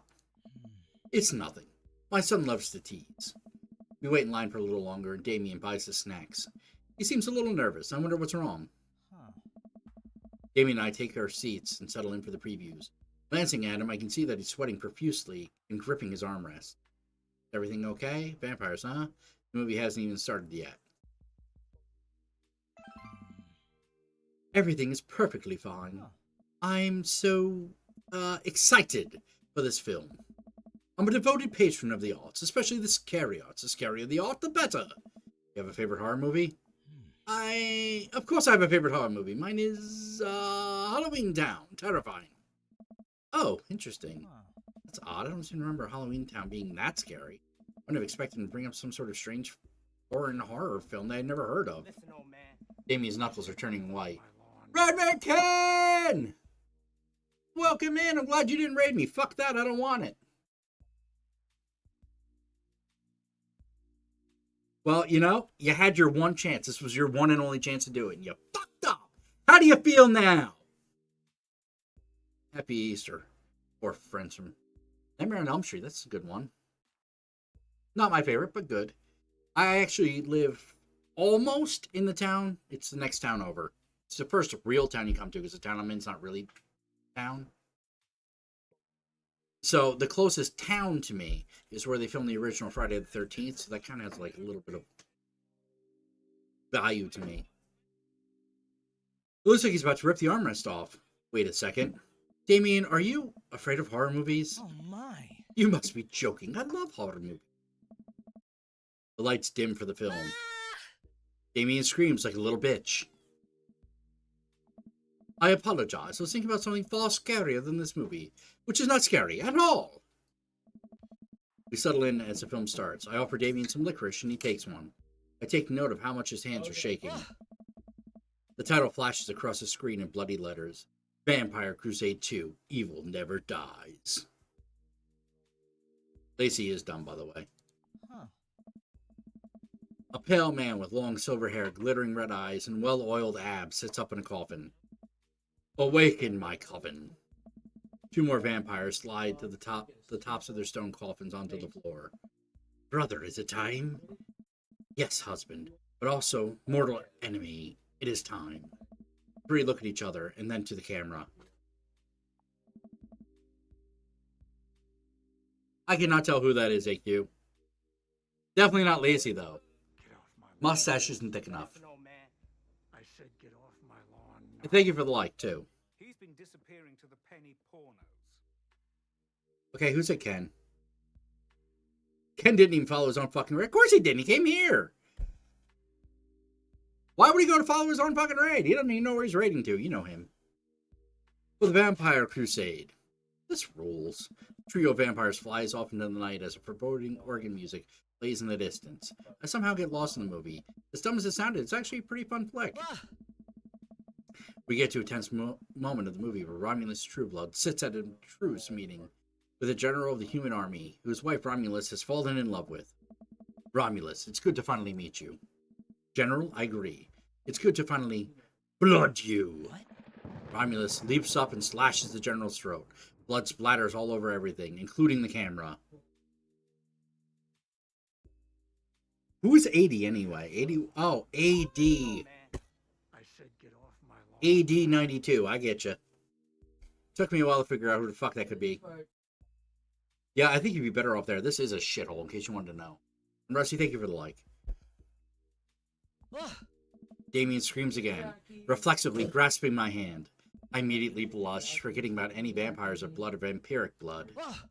Oh, I'm terribly sorry. Damien retracts his hand and places it back in his lap. I was writing a novel in my head about blood magic, and I got to an extremely scary section. Yeah, I figured it out, Rusty. Damien goes back to quietly stressing out over the movie. It's kind of cute that he won't admit he's afraid of it. I wish he would hold my hand again. Maybe I could do something to try to make him feel more comfortable. Like unzip his pants. I've got it. Park the Shark, welcome in. And you got those emotes backwards. Come on, man. I've got it. I'll do what all dads do best. Talk during the movie. Tell a dad joke, point out a plot hole, ask what's happening. Point out a plot hole. That's what dads do best. You ever notice how the guard fired 7 bullets, but his gun only holds 6 bullets? Didn't it, though? Bad one, though. Yes, that's an absolutely unforgivable from a filmmaking standpoint. It's almost unwatchable. It's funny how much easier I point out tiny mistakes in the work of others than it is to actually create your own thing, huh? Yeah, it is. Who's searching for a job? Hey, look, it's an anachronism. The rest of the movie goes relatively smoothly, only a few whimpers from Damien. Maybe you would have liked the rom-com better. We get to the final scene of the movie where Romulus, Bad Blood, and the General's wife embrace each other in his crypt. It appears the true Vampire Crusade was the Vampire Crusade in our hearts. Our cold, unbeating hearts. Oh! Well, the one guy already came. He took me out, sit in the back of his truck. He told me he brought me up there because that's where he likes to masturbate. Then handed me a knife and he gave me his wood and he told me to whittle it down to what I wanted in my mouth. So I made a toothpick. Not exactly the way it worked. I wanted to go. He's still my heart, doing my best. Romulus and the General's wife began making out. Hard. Film fades to black and the end appears on the screen. But then it hard cuts to Demetrius and his rival lover Carmela, who watch the two from afar. Oh no, twist ending! Our bloodline has been pure for 1,000 years. Romulus has betrayed us by loving a human woman. It will only be a short time before the next Vampire Crusade 3, evil must die again! More thunder. More ominous organs. Movie fades out again, bloody question mark now accompanies the end. Damien and I walk out of the movie theater amidst throngs of chattering moviegoers. He's a little more pale than I remember, but otherwise he survived the encounter. He even seems kind of invigorated. What an interesting film. While the premise admittedly struck me as pedestrian, I was intrigued by its harrowing love story and great attention to detail in regards to vampiric lore. Yeah, it's pretty good. A lot more vampire titties than I thought there would be. Come, the night is young. Let us take a stroll. Damien's making a point of not telling me where he's taking me. Still, I'm enjoying the walk and the cool night air. Being alone here with Damien is a lot better than being in a crowded theater. Yeah. Lovely night, isn't it? As lovely as the company, yes. He thinks I'm lovely? Damn! Okay, here comes a smooth response. Here we go with thanks. No problem? Ah. Crushed it. We both stand there feeling a little awkward. I sure am one smooth operator. Are you getting a little hungry? Maybe we could stop off and grab something to eat. Worry not, friend. I have a plan. We turn the corner and are greeted by the gates of a cemetery. What? Are we going in there? A little bit of a Victorian flavor, trust me. Ah. I'm a bit nervous, but Damien hasn't led me wrong yet. I follow his lead as we walk into the cemetery. Statues of angels stare down at us as we follow a path through the faded tombstones. As we crest a small hill, we get a beautiful view of the city. The night lights sparkle around us. I gotta hand it to him. For being a cemetery, this is strangely romantic. Picnicking in graveyards is an old Victorian tradition. An appropriate finish to an evening after a vampire movie, wouldn't you say? With a flourish, Damien produces a blanket and picnic basket. From where? Wait, where are you hiding that? Thank you. Under my cloak? Oh, right. Damien folds a blanket. We both sit down, gazing out at the city lights. He produces a bottle of red wine and a fine selection of cheeses. Then why the fuck do we buy snacks at the movies? In the Victorian era, there were no public art galleries, parks, or botanical gardens to speak of. Once rural graveyards became more popular alternative to church burials, they became the only place that people could see beautiful plant life and fine sculptures. That makes sense. This is pretty nice. I have a question, though. How are you okay being a graveyard, but you had trouble handling a scary movie? I wasn't... He sighs deeply. Okay, yes, I was extremely scared by that movie, but I was not writing a book about blood magic in my head. I've never been good at those. I feel as if it would, because of how I look and act, that people expect me to love horror films. So I must play the part. Truth be told, I don't know if I have the constitution for them at times. Damien, I'm sorry. If I had known, I would have suggested another movie. It's quite alright. I actually did find myself enjoying this one, thanks to your help. Graveyards, however, I think there's something rather beautiful about death.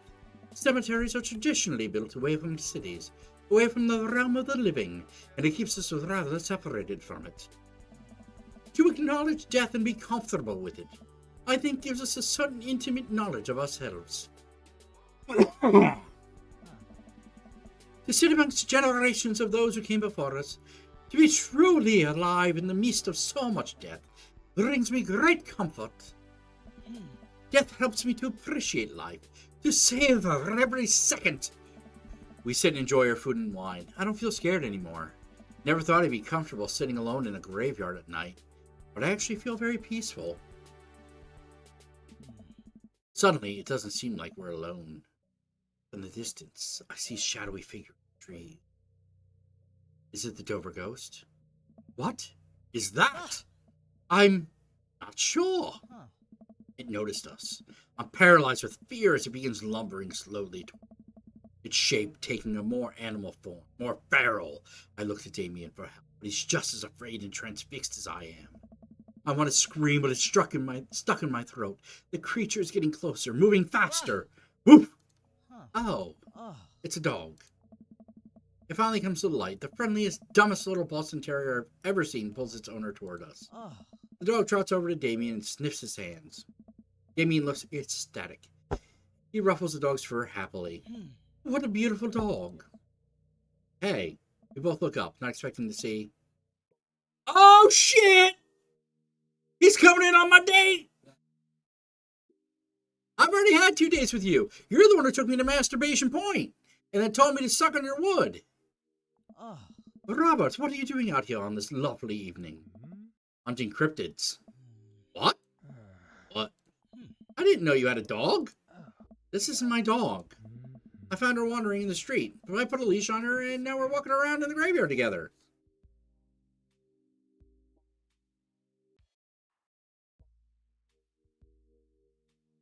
That's awesome. I'm also live on Kick, so there, fuck you. I'll remember to turn it off, though. Maybe, possibly. I don't know. I forget on Twitch sometimes, too. Hunting cryptids. Damien and I share a look. May I give her a treat? Sure. I'm gonna give her cheese, though. Not to worry. Damien reaches in the depths of his cloak and procures a small dog treat. What else is he keeping in there? Dude, his cloak, his jacket, the fucking two of them, they're prepared for anything. The dog laps up the treat and crunches away, tail wagging furiously. Damien continues to smooth down her fur. Thanks. My absolute pleasure. Damien shakes the dog's paw. Lovely to meet you, my friend. May our paths cross again. Damien and maybe his, maybe not his. Hey, there you are over on Kick. My man. And his, maybe not his, dog disappear into darkness again. Damien stares after them. I actually have like 80 different fucking things on Kick. Now he's over on fucking Twitch. That's awesome. I have all those same emotes from Twitch. I moved them over to Kick, but I don't think anybody can access them until I unlock the whatever that's called, monetization of some sort. And then they'll be unlocked, and then I'll be able to use them. But I have them up there, so I just gotta stream for a couple more hours. I'll be good to go. Damien stares after them. I didn't know you liked dogs. Victorians love dogs, actually. Most Victorian women of high fashion would always be accompanied by a small dog, such as a terrier or Maltese. I, think big dogs are nice, too. Yeah, man, dogs are cool. I do believe we've had enough excitement for one night. What say we make our way home? Damien hops to his feet and extends a hand to help me up. I gladly take it, as my knees aren't what they used to be. He packs up his picnic basket and leads us out of the graveyard. As we begin the walk home, I take one last look at the cemetery. It really is beautiful. Like a proper gentleman, Damien walks me to my doorstep. Aww.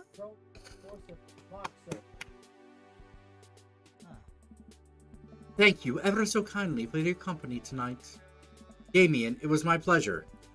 Ita, if you'll allow me, it would bring me great joy to offer you a token of my affection. Is it your dick? Damien reaches into his cloak and pulls out his cock. No, a folded monogram handkerchief. Close, though. He presses it into my hand. Wow, thank you, Damien. I'll use this to dry my tears for those I've lost. I can't wait to sneeze on this. I'm going to wave this at passing ships. Yep, I'm going to wave it at passing ships. I approve. Damien shuffles his feet. I just want to say that it's rare to find someone like you. Someone who's open to my eccentricities and love for cock. It's nice to feel so accepted. Thank you. Damien gives my hand a quick squeeze. Damien blushes and hastily retracts his hand. I must take my leave. Good night. Before I can say anything else, he's gone. Huh. I unlock the door and step inside. Like a whirlwind, Amanda runs from the window and plops down on the couch, trying to look nonchalant. Hey, Dad, what's up? Were you watching me from the window? No, I was just, Okay, yeah, so how was the movie? Lots of vampire titties. Told you. But, as it turns out, Damien is a... Wait, Amanda doesn't need to know that. That's a lot of Kens. I'll keep it between me and Damien. Scary cool. Yeah, he's so cool it's scary. I say, Vita. Did you know that graveyards used to be a place to throw parties? I think I'm misremembering that. Wow, that's pretty punk. Also, we saw a dog. Definitely thought it was a werewolf for a minute, though. How could you be so sure it wasn't a werewolf? How can you be so sure I'm not a werewolf? And how can I be so sure you're not a werewolf? Amanda's eyes narrow. I don't trust you. Nor I you. We make an intense, wary eye contact for a second. Anyway, I'm calling it for the night. Don't stay up too late, will ya? I'll try not to howl at the moon past midnight. Run through the finish line.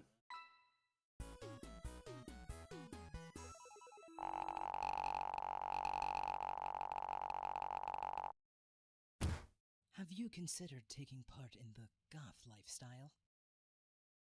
No, not really. Welcome. You've got dads. Okay, so here we go. Big decision time. Do I go with Matt the barista, who likes to take me to punk shows? Robert, the guy who wants to shove his wood in me? Damien, the creepy goth? Or Joseph, the preacher who wants to molest me? It's a big fucking decision, guys. You get to make it. I'll give you all a moment to make your decision. Matt, Robert, Damien, or Joseph? Big finish. Big finish.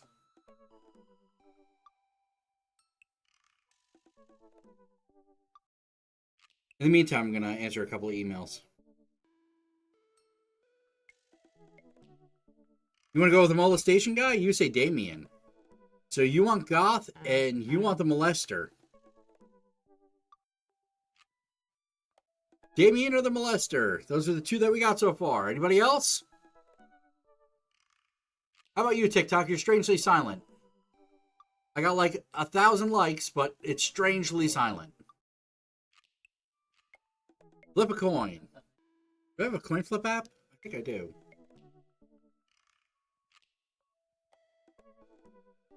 No, I've uninstalled it. God damn it.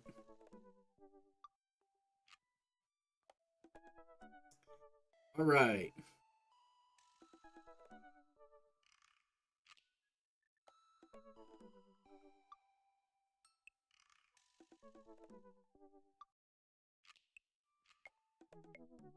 Okay, here we go.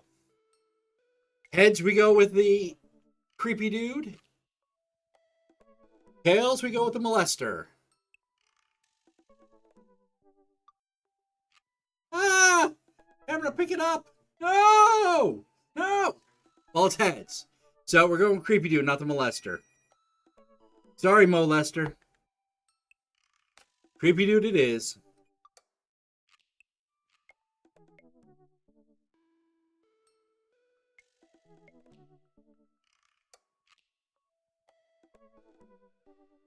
When you're young, you have your health. Take your risk then. Ever since we had that picnic in the graveyard, Damien and I have been spending a lot of time together. We go on nighttime strolls pretty regularly. He was so impressed with the first letter I wrote him that he insisted we only communicate by post instead of through Dad book. I initially protested, but he gave me one of his big old signet rings that he uses as a seal for my letters. And I just couldn't say no. 225, 225. I gotta remember that. So I can go back and see what would happen with the priest later. Hang out with Goth Dad again? Please, Amanda, you know his name. And yes, be honest with me here, Pops. Is he actually a vampire? I remember you inviting him into our household at one time, and I've actually seen The Lost Boys, and I honestly would have preferred trying to see if he could have walked through the threshold of our home under his own power. Yes, Amanda, I've become Damien's familiar. I'm compelled under his curse. I'm sorry, sweetie. Turned into a bat. I don't think... What's the point of being a vampire if you can't turn into a bat? Well, okay, I'm off. Are you taking the car or are you flying off into the night on leathery wings of a bat? One of those. And while I'm out, can you throw away that garlic bread that's on the freezer so I don't die? That would be great. I'm keeping it here as insurance. You understand, right? That's my girl. Damien and I walk along the water's edge, chatting. Damien's cloak. He hates when people call it a cape. Damien's cloak flutters behind him in the breeze. This is going to seem like a silly question, but why do goths wear black? Gothic subculture has always been associated with death, so it would make sense that the style surrounding it would be greatly influenced by mourning. Interestingly enough, though, it was in the Victorian era that Queen Victoria herself mourned the death of her late husband for 10 whole years, wearing black the rest of her life. If that's not goth, I don't know what is. I have another question. Go ahead. How are you so comfortable with death? You mentioned in the graveyard that helps you appreciate your life or something? Oh, no. I've experienced several losses over the course of my life, and I truly believe that only manageable way to cope with it is to accept that death is simply a part of living. It is a single universal truth that every human who has ever lived. I am going to die. You are going to die. Life carries on without us. Doesn't that make you feel scared? Not at all. Without the advances of modern science, death was everywhere in the Victorian era. Cheap viewers! Sweet!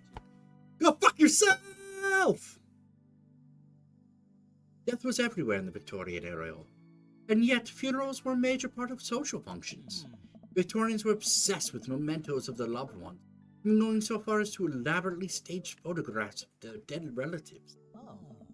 The minutiae of mourning was so complex that there were set periods of grieving that were deemed acceptable based on who in your life had passed. Now, we don't have any of that.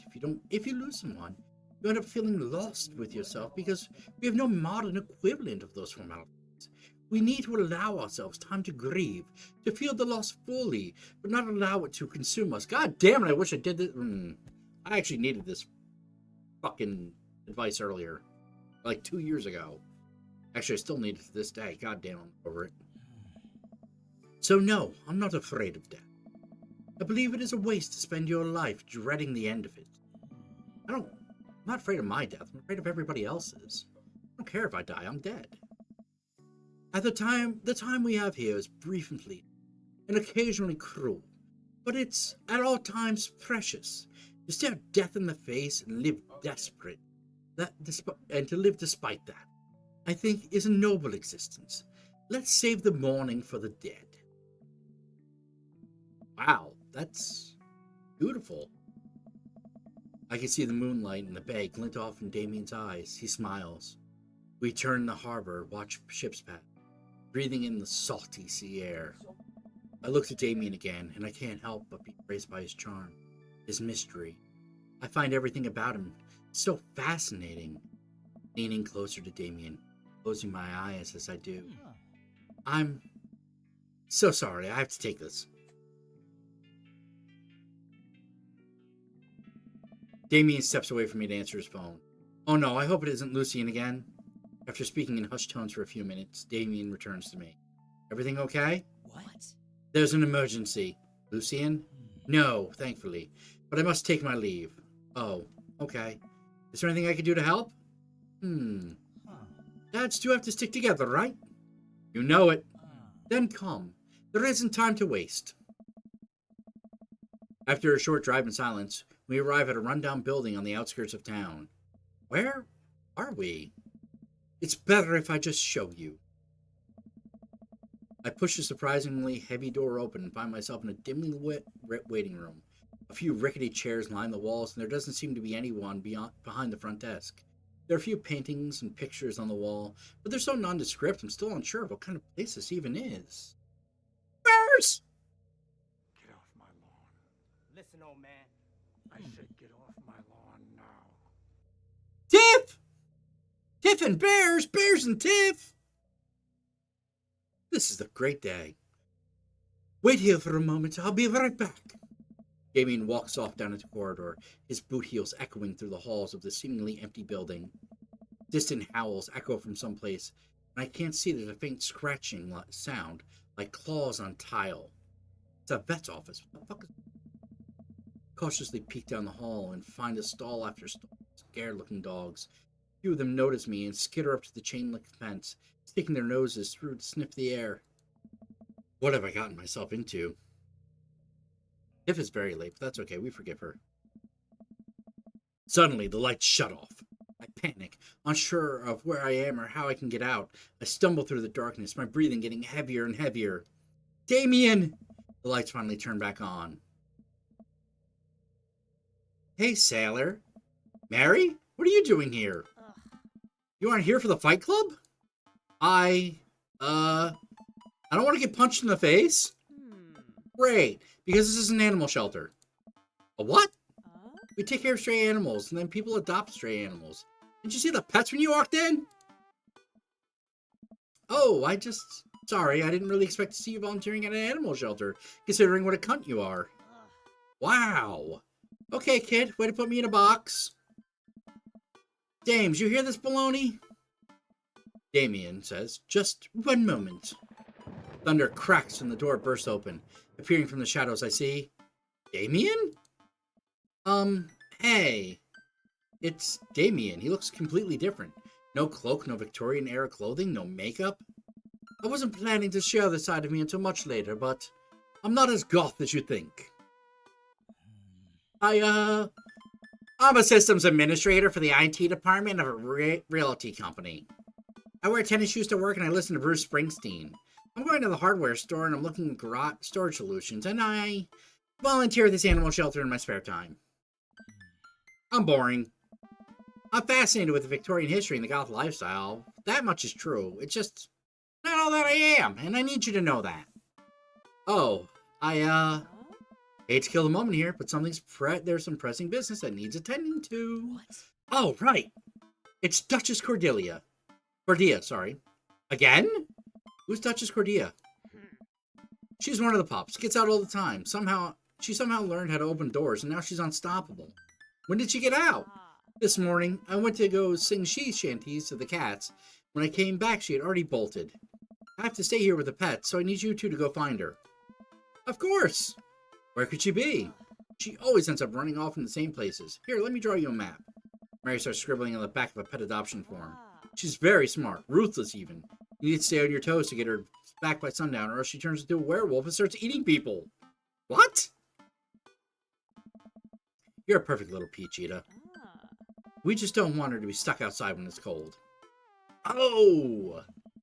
I'll grab some treats and we can hit the road. Jamie and I look over the map Mary created for us. Oh, Nerd's house. Good. Yeah, Nerd's house, Mary's sick pad, Coffee Dad, Kale, Mario Batali, the other Nerd's house. Oh, that's mean. Games, smallest boys. Yeah, okay. At least you're not the other Nerd's house. Looks like you're moving up in the pecking order. Congrats, kiddo.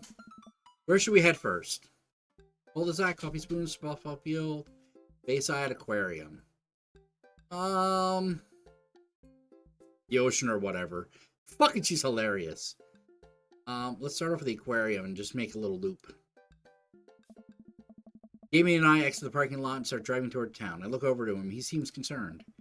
Shouldn't be too hard to find Duchess, right? Mary wasn't kidding when she said the dog was smart. One time she correctly guessed the winner of the Kentucky Derby. It was really a great year for Bark Bark Bark. Fucking really? I don't know. What do you think our odds are, Ida? This will be easy. Gotta stay positive, abandon all hope. You enter here.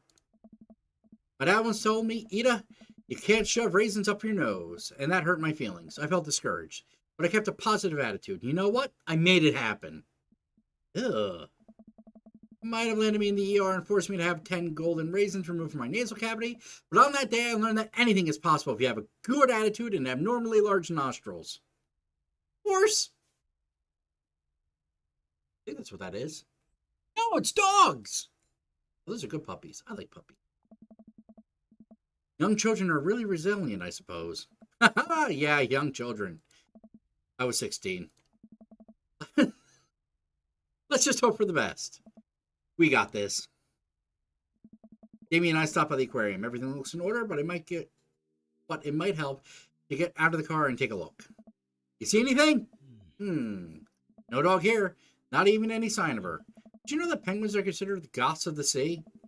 Damien, I want to believe you so badly. Okay, softball field next. We drive to the softball field. Looks like Craig's team is practicing. I wonder if any of the kids saw something. Craig spots us and jogs over. Softball bat slung over his shoulder. Hey, bros, what's up?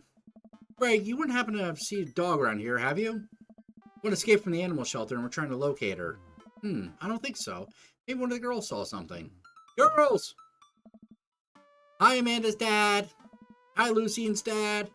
We have names. Girls, have you seen any dogs around? There was a big dog over here just a few minutes ago. I don't think she had an owner, but she really wanted to play. We tried to play fetch with her, but she just took the softball and ran. I think she ate it, actually. She was a lot of dog. Here, take another softball. Might come in handy later. Many thanks, Craig. Okay, so next we're going to go to the coffee spoon. We keep making that little half circle. We park in front of Matt's coffee shop and walk inside. It seems like a slow day. Matt sits behind the counter reading a book. Hey, Matt. Didn't expect to see you two today. What's up? Have you seen any stray dogs around? Can't say that I have. Are you looking for one? Could you describe them to me? Enormous. Well, that pretty well covers it. Cool. If I find strays digging for food scraps in the alley out back sometimes, I'll be sure to keep an eye out. Yeah, it's almost full circle. Okay, next is the cul-de-sac, because we're going to make it full circle, goddammit. We drive through the cul-de-sac, and everything seems to be pretty normal. Looks like Brian's doing some yard work. We pull into Brian's driveway and hop out. Hey, don't step on the grass, I just mowed! Have you seen any unusual activity in the area today? Aside from your underwatered lawn? Don't you fucking talk about my lawn! Oh, here we go. How dare you? I take care of my lawn very seriously. Eat up, please. You haven't seen a dog run through here, have you? Well, a few hours ago I heard Maxwell barking at something. When I came outside, my garden had been torn to shreds. It's going to take forever to retill the soil. That could be a dog. Or a rather feisty raccoon. Whatever it was, it must have been hungry. Ate all my tomatoes. Very sorry to hear about your garden. If you need assistance restoring it to its former glory, please don't hesitate to contact me. Will do, buddy. Good luck finding that dog. Those are fighting words. She's probably still hungry. Wonder if she's looking for more food somewhere. I fear that the hours are growing short. We must make haste if we're to find the Duchess by sundown. Damien's looking more stressed out by the minute. I gotta think of something to lighten the mood. What kind of dog does a vampire have? Knock, knock. How many goths does it take to screw in a light bulb? I don't know. How many? No, not too many. They just hang themselves. 1. Goths are very capable, especially when looking for a dog. Whoa! That's a lot of eggplants. Damien smiles to himself. I keep reading Damien directions from the map as we drive around town. Okay. We already did the coffee. We gotta go Bayside, right? Last one. We arrive back at the Bayside. Just like old times, eh? Oh, I remember it as if it were yesterday. I mean, earlier today. So what do you think? Any sight of the pooch? None yet. Although who knows if she made it to any of these ships. The Duchess would do that? I wouldn't put it past her to know how to navigate in rough seas without a compass. Very smart. Pops? Amy and I turn around to see my daughter. Amanda, what are you doing here? Did you think I just stayed inside all day, vegging out on the couch and watching TV? Sorry. What are you doing? I'm heading home to go veg out on the couch and watch TV. Had to get a burrito first. Young miss, have you seen a dog around here? Oh, you bet. I saw a Pomeranian with a bow tie around its neck, and I saw a big old Doberman named Henry, and there's a stroller full of Yorkies, a Greyhound, a Golden Retriever. Did you see a Mastiff anywhere? No dice. I definitely would have remembered that. No, veg out. This is just... Oh, I think she's a 16-year-old daughter, I think. I got her on, though. Rito has about 10 minutes before the cheese breaks down and the molecular structure of the tortilla makes it all soggy. You understand? I do. Of course. Have a lovely evening, Miss Dick. Okay. I guess we're going to go back around again. Game and I return to the softball field. Looks like the game is in progress and Craig's team is winning, of course. Any sign of her? I don't think so. Wait, maybe. Never mind. It's just a kid taking a nap in the outfield. We get back in the car. We must find the Duchess soon. This is serious. I hope we find her. Okay, back to the coffee spoon. We head back inside the coffee spoon. Hey, Matt. Guys, I think I may have seen that dog you were looking for. You did? A brown mastiff? Size of a house? Yeah, I saw it taking through the trash in the back. It ran away when I tried to get closer, though. Did you see what direction it ran in? Matt thinks for a second. Might have been running east, I think. That pup tore through 3 pans of old banana bread Kennedy's. Want to take some for the road, just in case? Sure thing. Matt packages up a slice. Thanks for the slice. The road slice. This banana bread Kennedy's is going to be so good. I think he meant to for you to give it to the dog.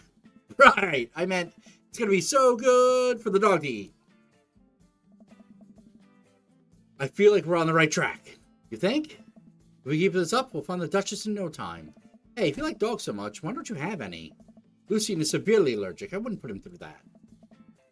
But there are still dogs in my life, so for that I'm grateful. There's about to be one more dog in your life, buddy.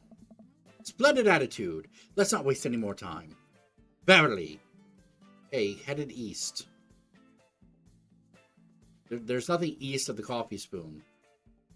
Unless, like, I don't know where east. Fuck it, we'll just go back to the cul-de-sac. We arrive at the cul-de-sac and everything's looking normal except, uh-oh, Hugo's front door is wide open. She can open doors. This is classic Duchess Cordelia. A telltale sign. We should approach with caution. Whatever goes down in there, I got your back. We creep up to the porch and step inside. There, sitting in the center of Hugo's living room, like she owns the damn place, is one of the biggest dogs I've ever seen. Woof. Well, she hasn't broken anything in here. Yet. Huh.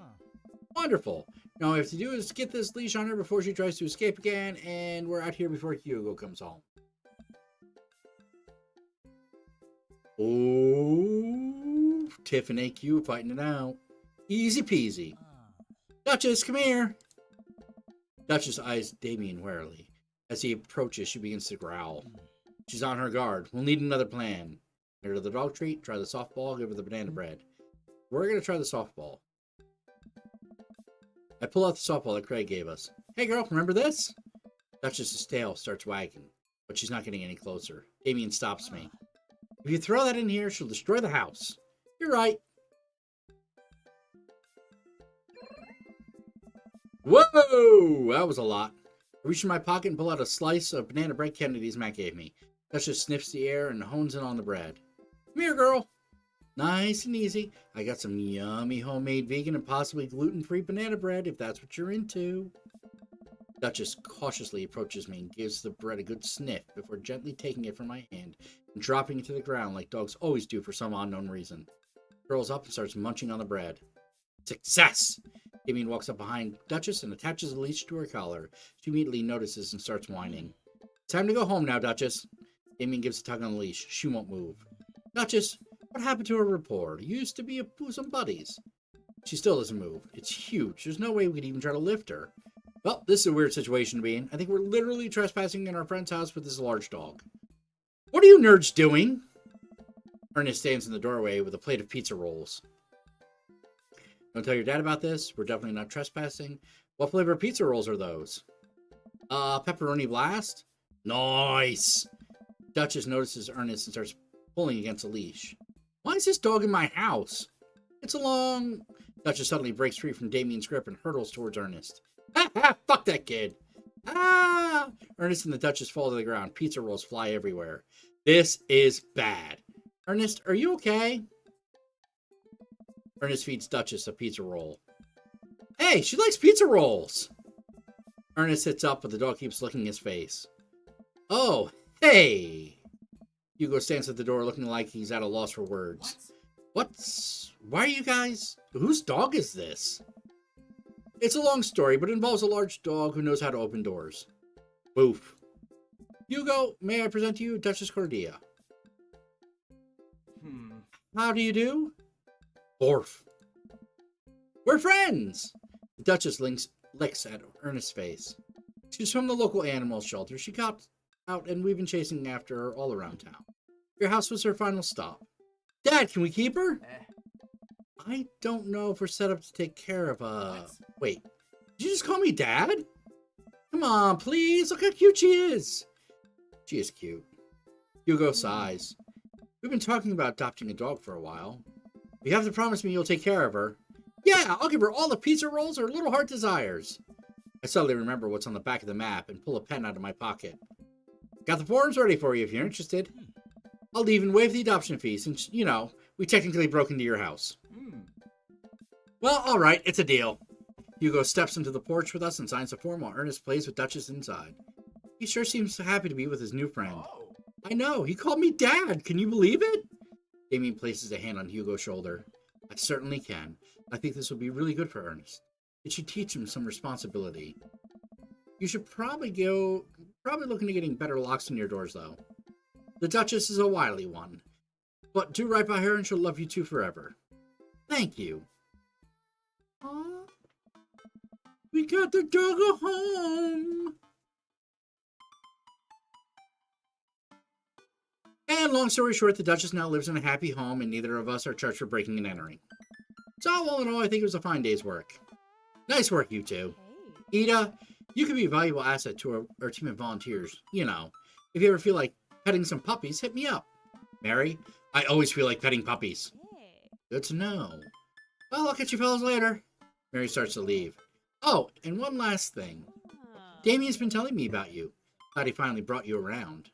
Oh, yeah. Damien's my special boy. I love him. We go way back, and I got a vested interest in his health, success, and well-being. If you ever hurt him, Mary, you could fill in the blanks. I gulp. Yes, ma'am. Mary leaves me alone with Damien. So, about the whole goth thing. I completely understand if you aren't interested in me anymore. What? Am I missing something here? I'm not a cool goth prince. I'm boring. I own 5 pairs of tennis shoes. I wear dumb glasses. Don't you care? He looks so nervous. Damien, do you really think I only like you because of all the goth stuff? That's all cool, but the best thing about you is how passionate you are about the things you love. History, art, Victorian fashion, dogs, storage solutions. It doesn't matter what it is. You care, and that's awesome. And also, the glasses are very cute.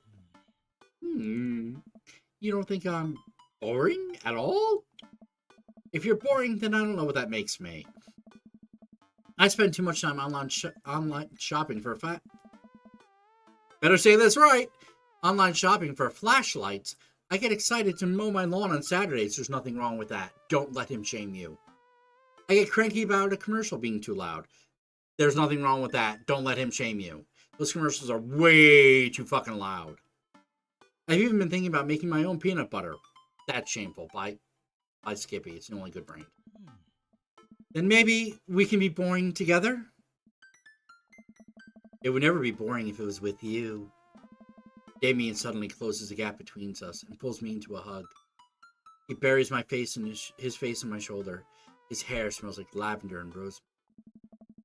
I was so scared you wouldn't like me. Quite the opposite. Damien pulls away for a second and looks at me in the eyes. Without the soulful colored contacts, his eyes are so dark and soulful. Oh. May I kiss you? Of course. Does a bat have wings? Thou art welcome. There is no option. I believe I have my answer then. He smiles slightly and leans in, giving me a gentle kiss. Damien pulls away and gives me an intense look. Do you want to suck my cock? Help me take care of the puppies? Yes! Possibly to both. Damien and I arrive back at the cul-de-sac, our fingers intertwined. Like proper gentlemen, he walks me to my doorstep. This was lovely. Thank you for understanding. Thank you for everything. I'm happy I can be myself around you. I'm glad, but I have one request. What's that? Can we keep sending each other letters? Huh. But of course. Damien kisses me one last time before turning around and heading. Amanda runs back to the couch from the window and tries to look as nonchalant as possible. Hello, Father. I was sitting here on the couch this entire time. Hi, Amanda. So, are you guys, like, almost starting a vampire company together? Oh, plot twist. Mothman. Damien's actually Mothman. I didn't see you coming either. Genius. Well, whatever's happening, I'm really glad you two are happy. You deserve it, Dad. Aw, shucks. I'm gonna head to bed. Catch you in the morning? Sure thing. I make my way to my room and fall into my bed with my heart full, excited for the days to come.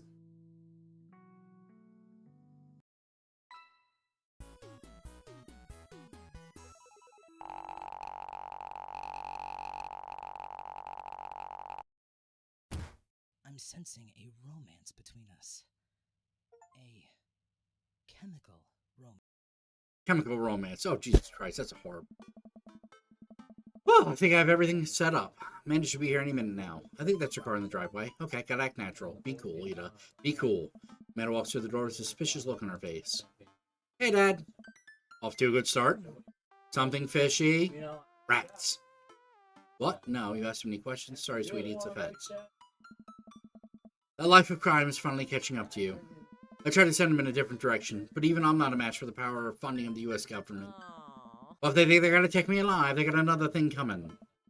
I'm kidding, you're right. I have a little surprise for you. Yeah? I could tell. You're very bad at lying. Amanda, my dear, would you care to join me in the kitchen? Father, it would fill my heart with glee. I lead Amanda over to the kitchen table where I present lies covered under a tablecloth. It's nothing special. I just wanted to get you a little something. You graduated high school last week, and I know you told me not to make a big deal about it, but... Oh, Dad, you... I dramatically whip the cloth off the table. Amanda's jaw drops. No way! I figure you probably won't be able to get cable in the dorm, so I thought it might be nice to take a piece of home with you. A DVD box set of Long Haul Paranormal Ice Road Ghost Truckers. This is all 19 seasons. And bonus material, including commentary with actual ghosts featured on the show. Ah. Dad, I love this. Thank you.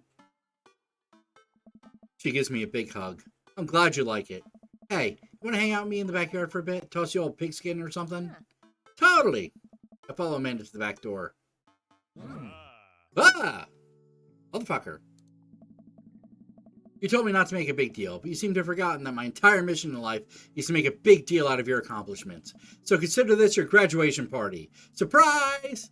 Dad, everyone's here. Well, yeah, everyone wanted to come and support you. Is that a mac and cheese bar? Oh my fucking god.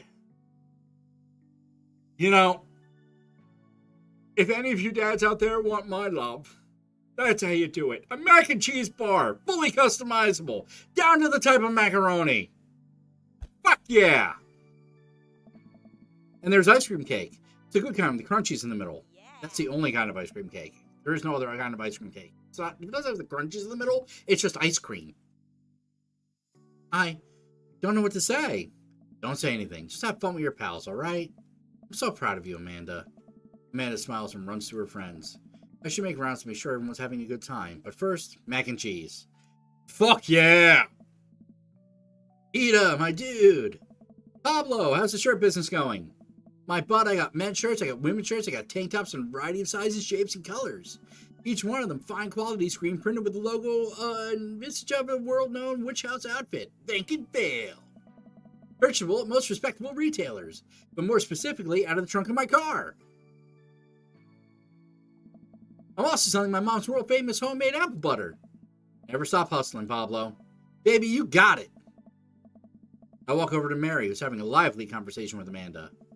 We have a real fluffy Semnoid right now. His name's Harold. He loves belly rubs, and he always tries to lick your face if you get too close.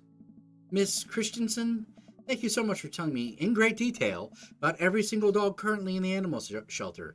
Please, tell me about the Afghan with 3 legs again. Okay. Sure, Quandra, we call him. It's one of those ironic names. You know, if you're really interested, I could possibly steal one for you. Really? Nah, but I could get you to meet all of them. We could always use extra hands around the shelter. And if those extra hands also happen to steal a dog... I'm glad you two are able to bond over cute dogs. It really warms my heart, you cunt. Dad, we're having a moment. Hey, Sailor, your kid's a good egg. Where's your goth prince? You two are usually attached to the hip these days. He's around. Stellar. Mary turns her attention to Amanda. It's not too hard to sneak a dog into college. Trust me, I did plenty of times back in the day. At one point, I actually had 3 cats living in my dorm. I decided to leave them to it. All of a sudden, a huge dog leaps into my arms. Duchess! Hugo and Ernest run up to me. The Duchess gives my face a few broad licks and hops down. We're working on that. Got her in disciplinary classes. She's a wild spirit who runs where she may. I don't mind it at all. Looks like the 3 of you are getting along nicely. She's a valuable addition to the clan. If I hold up my homework in front of her, she'll eat it. Cool? We'll deal with that later. Duchess and Cordelia spots a squirrel and darts across the yard. Ernest follows her, laughing. He's actually been a lot more manageable lately. I think taking care of the dog is good for him. Oh, thanks for breaking into my house, I guess. Anytime. Ida! Brian, you made it. Ah! Don't pass up a good Mac. What do you think of the party? It's not bad. You gotta be competitive again? Just not bad? Yeah, it's not bad. Don't let him bait you. Don't let him bait you. Thank you for the lovely compliment. Daisy trots up. Hi, Amanda's dad. Hi, Brian's daughter. See? See how that feels? This is really a great party. Thanks so much for inviting us. You're very welcome, tiny child who knows how to pay a compliment. Brian and I lock eyes. This isn't over. Hey, bro! Bro! This is a real rager. Taking our older age into consideration? I'm trying to be in bed at a reasonable hour tonight. Don't let me get too wild. Hey. Don't worry, dude. I'll keep an eye on your fruit punch intake. You know, I'm really glad we're bros again. Me too, dude. Briar and Hazel peek out from behind Craig. Hi, little ones. Hello. Hiya. Thank you for all the ice cream cake. Wait, girls, how much of that did you eat? Briar ate 4 pieces. Ask any witness. No, I didn't. Hazel ate 4 pieces and wants to pin it on me because we look alike. I have your face. Nobody will ever believe you. Oh, boy. I'll let you guys figure that out. Good seeing you, Craig. Bears! Let's hang soon, yeah? Totally. Tell Amanda congrats for us. Looks like you've settled in this neighborhood quite nicely. Yep, couldn't ask for a better cul-de-sac. Well, I'm glad. Hopefully we'll see you at more church events. We got a big schedule planned for the rest of the year. And I'm sure the kids would love to see your dance moves again. Sure thing, Joseph. And maybe if you aren't doing anything later, we could hang out sometime. Sure, Joseph, that'd be great. Well, see you later. Hugo comes up to me with a plate and mac and cheese. The perfect cheddar to mac ratio. Beautiful work, Ida. Thanks, Hugo. You know, I'm really pleased to see Amanda going to her dream school, but I'm glad she turned it around for the finals. Me too. That scholarship money will really help. Amanda walks by and pretends not to see Hugo. Amanda, come say hi to your old teacher. Hey! Congratulations on graduating. I know you're going to do great things in art school. Hey, yeah, thanks. Amanda starts to back away. Wait, I just realized you're not my teacher anymore, so I don't have to be afraid of talking to you. You no longer hold power over me. You're right. Go forth, adult. I can no longer give you detention. Yeah, I'm going to break everything I want. There's nothing you can do about it. Are you still mad about that time I gave you detention for breaking my globe? Nope. And I'll have you know that that globe didn't even fit through the basketball hoop in the first place, so she'll fit into college just fine. Hey. Hey. Love affair that never happened. Robert gestures vaguely to the snack table. Good stuff. Yep. See you later. Hey, man. Man, I feel so bad for him now. Hey, man. Matt! Let me know when Amanda leaves for college. I'll have a fresh batch of banana bread candies ready for her. Thank you. I know she'll love that. Hey, Amanda's dad. I turn to spot Lucian walking up to me. Yes, Lucian? Thanks for inviting me to your party. Anytime, bud. I know we had a rocky start, but I'm glad to know you. I hope you know how much your dad cares about you. Yeah. My dad's had a rough couple of years, and I know it must not have been easy to raise me alone. No, that's the guy who runs a coffee shop. He's really weird. But he, you know, he got mad at me because I didn't smoke pot with him.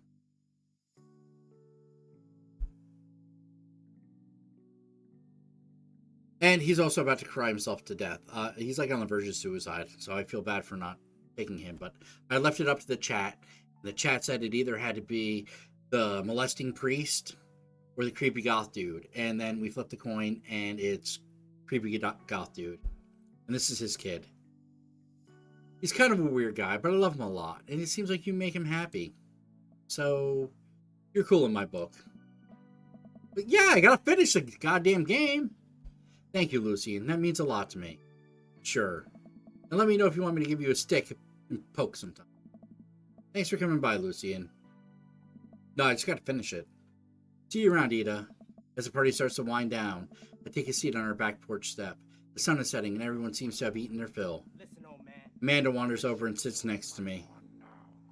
Hell yeah! Hell no, this game is awful. It's great, but it's awful. Amanda wanders over and sits next to me. Also welcoming Kenny Grader, also known as Prongles, or Prongles Kilogram, or Prongles _KG. On everywhere but Twitch. Sorry, man, I had to do it. My man! Over on, apparently, Facebook, and Kick simultaneously. And almost Twitch, but Twitch came in a little later. Amanda wanders over and sits down next to me. Killer party, Pops. Hobbs agrees with me? About what? I'm confused. What's he agree with me with? Killer party, Pops.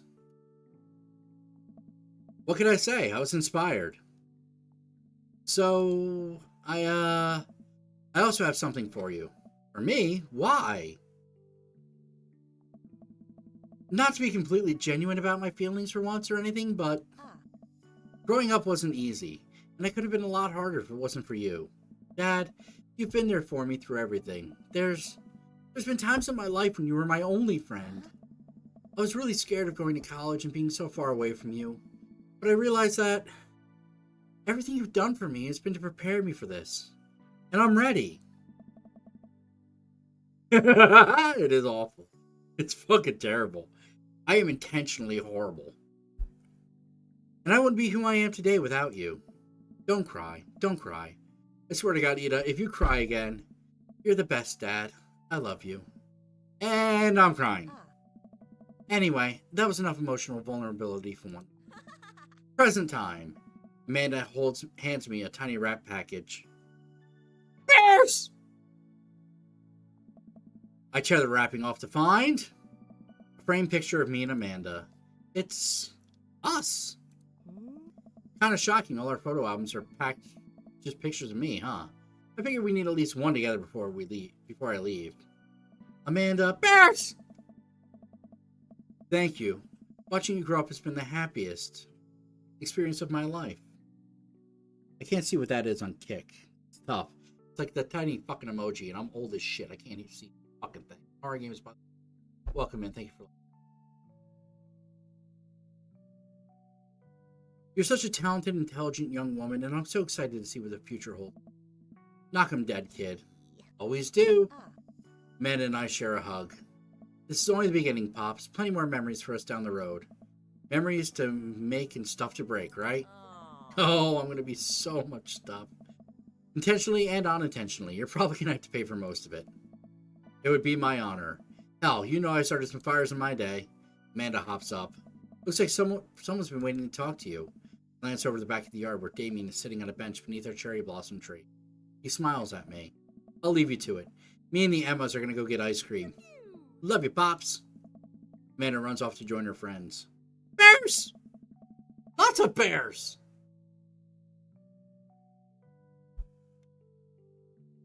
You know, bears is the most fucking fitting part when I'm playing this fucking game. That just occurred to me right now. I take a seat next to Damien as the last of the guests make their way out of the party. Did you know that in the Victorian era, they would call benches seaty boys? What? Really? I'm kidding, Ida. But what if? It's good to see you in your civvies again. Thank you. I've had a revelation the other day, Ida, and I think it's largely due to your continued influence upon me. There was a version of myself that might have been embarrassed to show you my true form. My information technology form.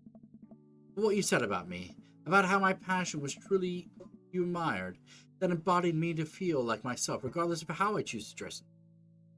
He doesn't want to suck my blood, it's something else. But we're close. Yeah, my name's Ida, that's my first name, my last name Dick. Instead of separate entities, there were simply different facets of myself. A three-dimensional human being with his own thoughts, wants, and needs. I love dressing the way I want, the way that I do, but feeling constricted by what I thought was my own personal brand made me lose sight of why I did this in the first place. Make myself happy. I place my hand on Damien's, and I feel a light squeeze. Looking up, I'm greeted by Damien's warm smile. I'm trying to be more comfortable with who I am, rather than dwelling on who I could be to other people. I can't stop smiling. I'm so proud of him. Damien, so happy you've realized that you can be a dog-loving goth. Me too, Ida. Me too. I feel myself inching closer to Damien. I go to brush a lock of hair out of his face, and I'm shocked at how soft it is. How is your hair so soft? Dog shampoo. I keep running my hands through his hair as he leans closer to me. Placing a hand on the side of my face, he strokes my cheek with it. You know, public displays of affection were considered scandalous in the Victorian era. Yeah, so is homosexuality. Damien pulls me in for a kiss. But I think I can make an exception for you.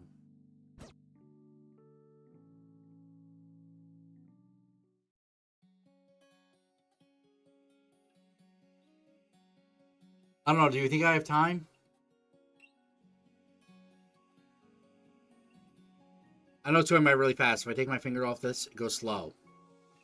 But then I could do this. It gets a little faster. Aw, and all of the dads. You're the best, Pops, from Amanda. Aw.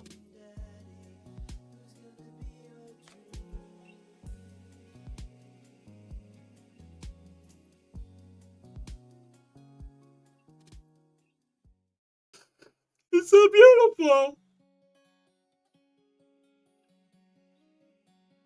Okay, so 2:45, I think it was.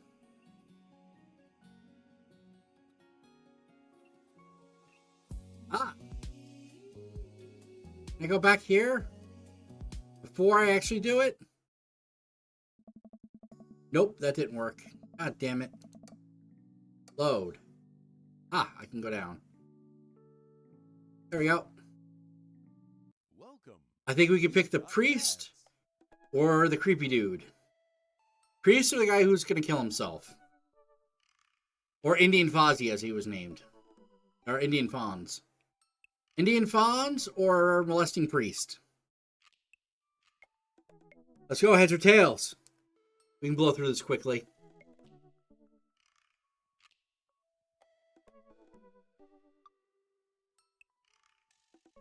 Okay, we're going to go with heads for the priest, tails for the guy that's going to kill himself.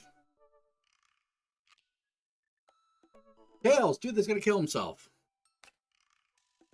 Oh, I don't know, but you also wanted to see Mo Lester. AQ, are you still here? If AQ is still here, we got to go with Mo Lester. AQ going once? AQ going twice? Okay. Creep dude it is.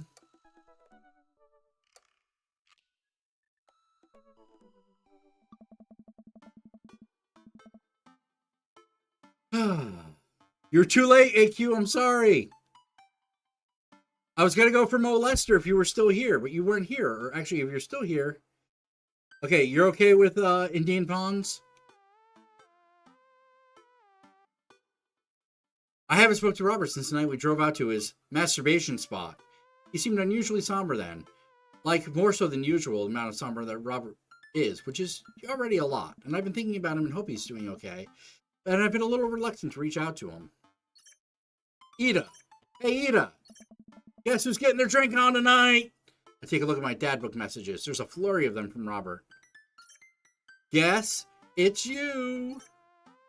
Also me, but mostly you. All right, let's go. I type back to Robert. Robert, buddy, tonight we ride. Yeah! Meet me at Jim and Cam's 8 p.m. Not that I'm unappreciative, but I think this is the first time Robert's given me more than an hour's warning before hanging out. Yeah, 3's a flurry, apparently. Amanda! Amanda pops her head in the hallway. Music I don't recognize blaring from her room. What's up? I'm hanging out with Robert later tonight. Okay, cool. Robert, who's my best friend. I have friends. I'm happy for you, Dad. People enjoy my company, Amanda. Dad, I'm happy for your continued development as a human being. What are you listening to? Sad shit. Amanda language? What grandma think? I don't give a fuck anymore. Amanda. Like. You know what? You're an adult now. I gave it an earnest effort for all of 18 years of your life. Go forth and swear. Fuck yeah! I really hope I don't regret this later. Amanda goes back into her room and turns up the volume on her sad shit. I put my going out coat on and go over to Jim and Kim's. I spot Robert leaning against a brick wall, smoking a cigarette. As I get closer, I realize that he looks a little different. Cleaner, I guess. It actually seems like he combed his hair and his clothes are less wrinkled than usual. Hey. Take a shower just for me? I'm working on my relationship with existence. Wow, that guy's fucking dark. We both stand there for a second and don't say anything. Robert finishes his cigarette and abruptly goes inside. I follow him. By the time I get inside, Robert's already at the bar ordering 2 whiskeys. I spot a booth at the back and claim it for us. Robert slides in and hands me a glass. You, to us, to toast. To toast. A toast to toast. Love you, warm bread. We clink whiskeys and I watch him sip his, rather than his traditional approach of slamming whiskey back as quick. So what's the plan for tonight? Hit some other bars, maybe grab some pizza. I think that'll kill some time before we go burn down that old abandoned house in the woods. It's most definitely not as fun if it's abandoned. God damn it, Mary, you're creepy as shit! Mary pops over to the back of the booth. Lots of wine in her hand. She punches Robert in the shoulder. Where was my phone call? Sorry, figured you were busy sinking your teeth into some poor sap. I am. He's right here. I look around the booth and see a guy sitting across from her. He waves meekly. Come on. You're replacing me with a new kid? Mary, I could never replace you, whether I wanted to or not. Mary leaves her booth and slides in next to Robert. Mary be poppin'. She's fucking everybody in this game. The guy she was sitting with looks mildly relieved. She eyes Robert's clean pressed clothes up and down suspiciously. What, you got a court date coming up? He does. He looks handsome. He'd never convince the jury. He does. Court's offered me impunity if I would testify against him. I'm considering it. Seriously, though, what's up with you? Robert stares down at his drink, suddenly looking serious. It's Pappy. Doctors say it's cirrhosis of the liver. I told that old bag of bones to quit it with the sauce. That's all he's ever known, especially since Ma's gone. That's why I invited you out tonight. I just didn't want to be alone. Oh, come on. Ida, don't be an asshole. You know the one thing Robert doesn't joke around about is his Pappy. They're giving him 2 months. I gotta help him straighten out his affairs. Robert, so sorry. Robert takes a long look at his whiskey, eyeing it in the dim glow of the bar's lights. I look at his life, and then I look at mine, and I know history is just doomed to repeat itself. Oh my God. I'm just kidding. He's retired with his new girlfriend in Acapulco. They watch the sunset every night. Probably screw like donkeys. Wait, aren't rabbits the ones that screw a lot? Oh, sorry, I didn't realize you were an expert on which animals screw a lot. Please stop saying the word screw. Robert finishes his drink and slides it away from him. He gets up out of the booth. Me and Ida are gonna hit the bricks. You coming with? Mary casts one glance at the sad sap she's been hunting and downs the rest of her wine in one gulp. This place is dead anyways. We exit the bar and find a typically empty street filled with a small crowd of people. At the front is a guy with really deliberate attitude and a bad posture. He carries a lantern that shines up at his face for dramatic effect. What's going on? Looks like one of those walking ghost tours. You do that in this part of town all the time. I always wanted to do one of those. You know all the stories are fake, right? Pretty much all of my stories are fake. This is research. Robert makes a beeline towards the back of the group. He turns around when he notices I'm not following him. Come on! We can't just crash it, can we? Don't be such a square, Ida. Just act like you belong.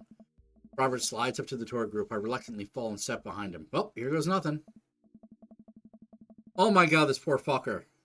Not this poor guy again. Oh. Hey. It was in this place in 1694 that the most infamous witch trials were held.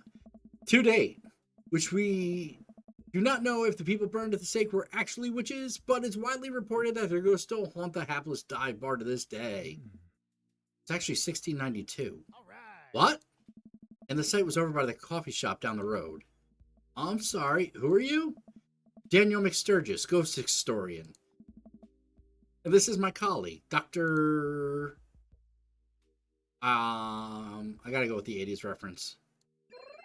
Dr. Loomis, paranormal investigator extraordinaire. We're touring America's most haunted locations as research for our new book. You may have seen our guest cameo on Paranormal House Hunters Extreme Edition. A couple of people in the group start nodding. Man, Robert's good at this. My feelings hurt. Are you guys part of the group? I don't remember seeing you at the first stop. We like to keep a low profile, easier to catch ghosts that way. They've most definitely been here, standing next to them the whole time. Thank you, random lady who I do not know. I was saying, the epicenter of paranormal activity can be found at the Coffee Spoon over there. The man who runs it has been plagued by hauntings since he signed the lease. Damn near driven him mad. But whatever you want to say is cool, I guess. It's your tour. Oh. Man, I didn't know that about Matt. Wait, Robert's making this up. The rest of the tour group listens intently to Robert's every word. I think the tour guide can tell he's losing the group. He seems to be getting flustered. Thank you for your contribution and knowledge, Mr. McSturgis. Let's move on to the next haunted location. Robert, Mary, and I follow the group down the street. That tour guide shirt is cool. Yeah, everyone in the group gets one if we make it to the final location. Who can something? Why am I not seeing it? Oh, there it is. Tiff said it. Yeah, she finally realized that he was here. He's been here for at least 16 minutes. Yeah, everyone in the group gets one and they make it to the final location. I turn to Robert and grab him by the shoulders. I need that t-shirt.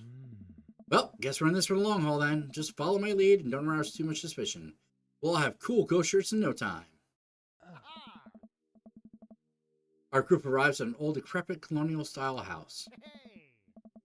A quick pause in the tour. My name is Quinn, and most of the people on the ghost tour circuit call me Tour Master Quinn. I'm a DJ, trivia master, and part-time actor. I don't like your jerk-off face, I don't like your jerk-off behavior, and I don't like you, jerk-off. Fuck Canada, and you too. Yeah, quite. It is very, very, very. And that doesn't work on the Twitch side. That only works on the Facebook side. But again, I don't like your jerk-off name, I don't like your jerk-off face, and I don't like you, jerk-off. Fucking battery required. What a piece of shit. He likes that dude. I would actually give you a shout out, but I don't know how to click off of this. I do private ghost hunting events, birthday parties, MC bar mitzvahs, perform traditional Vaudland mime work. Bears! No, bunnies. Damn it. Damn it, they're bunnies! What are bears? Damn Easter bunnies. I do private ghost hunting events, birthday parties, MC bar mitzvahs, and perform traditional vaudeville mime work. Ghostmaster Quinn gives out the headshots to all of us, his resume on the back. Stage combat experience. Anyway, here's a bit of a history for you all. This is the home of noted American author Dorothy Pembridge, whose prose was wildly popular in the late 19th century. It was in the attic of this very home where she wrote such classics as Diaries of the Victorian Mistress, Lady Fitzwilliam's Courtship, and The Ghost of Sea Captain Reginald Barclay. She unfortunately died of consumption shortly after the turn of the century, but several people have reported that on some nights you can still see a light from the attic, where the ghost of Miss Pembridge continues to work on her latest bestseller. I guess they could say she was consumed by her work. No reaction from the crowd. This guy needs to work on his dad jokes. Actually, consumption is a popular cover-up. Little known fact is that it was murder-suicide. I'm pretty sure she died of consumption. Sure. And we definitely don't hire Stanley Kubrick to elaborately fake the moon landing. And that's the watered-down, censored version they teach you in school. But if you can't handle the real story, I understand. It's not for the faint of heart. And I think everyone would much rather hear what this world-renowned ghost historian has to say. Right, everybody? The group murmurs in agreement. This is a topic we cover extensively in our book, Dr. Loomis. Would you care to tell the story? Riff something highbrow, go with something I know. Rely on my amazing improv comedy skills. We're going to go improv. I try to remember something. Anything from the improvisational comedy class I took one semester in college. Yes. So Dorothy Pembridge. Dorothy Pembridge was writing a lot of books, and... Yes, and... I'm going to need a new word from the audience. Any word. Ghost! Yes! And ghost. Ghosted! I look over to Robert. I think it's the part where he's supposed to come up and tap me on the shoulder and jump into the scene. But he's just staring at me. Everyone is staring at me. And scene. Thank you very much, everyone. Robert looks completely disgusted. Mary gives me a thumbs down. But I think I got in good with Tourmaster Quinn, so there's that. The tour guide sees this as an opportunity to take back the group and addresses us with some razzle-dazzle. Haha, what an interesting story. Now, I just want everyone to know that the location is extremely extremely terrifying. If anyone thinks they can't handle it, feel free to excuse yourselves.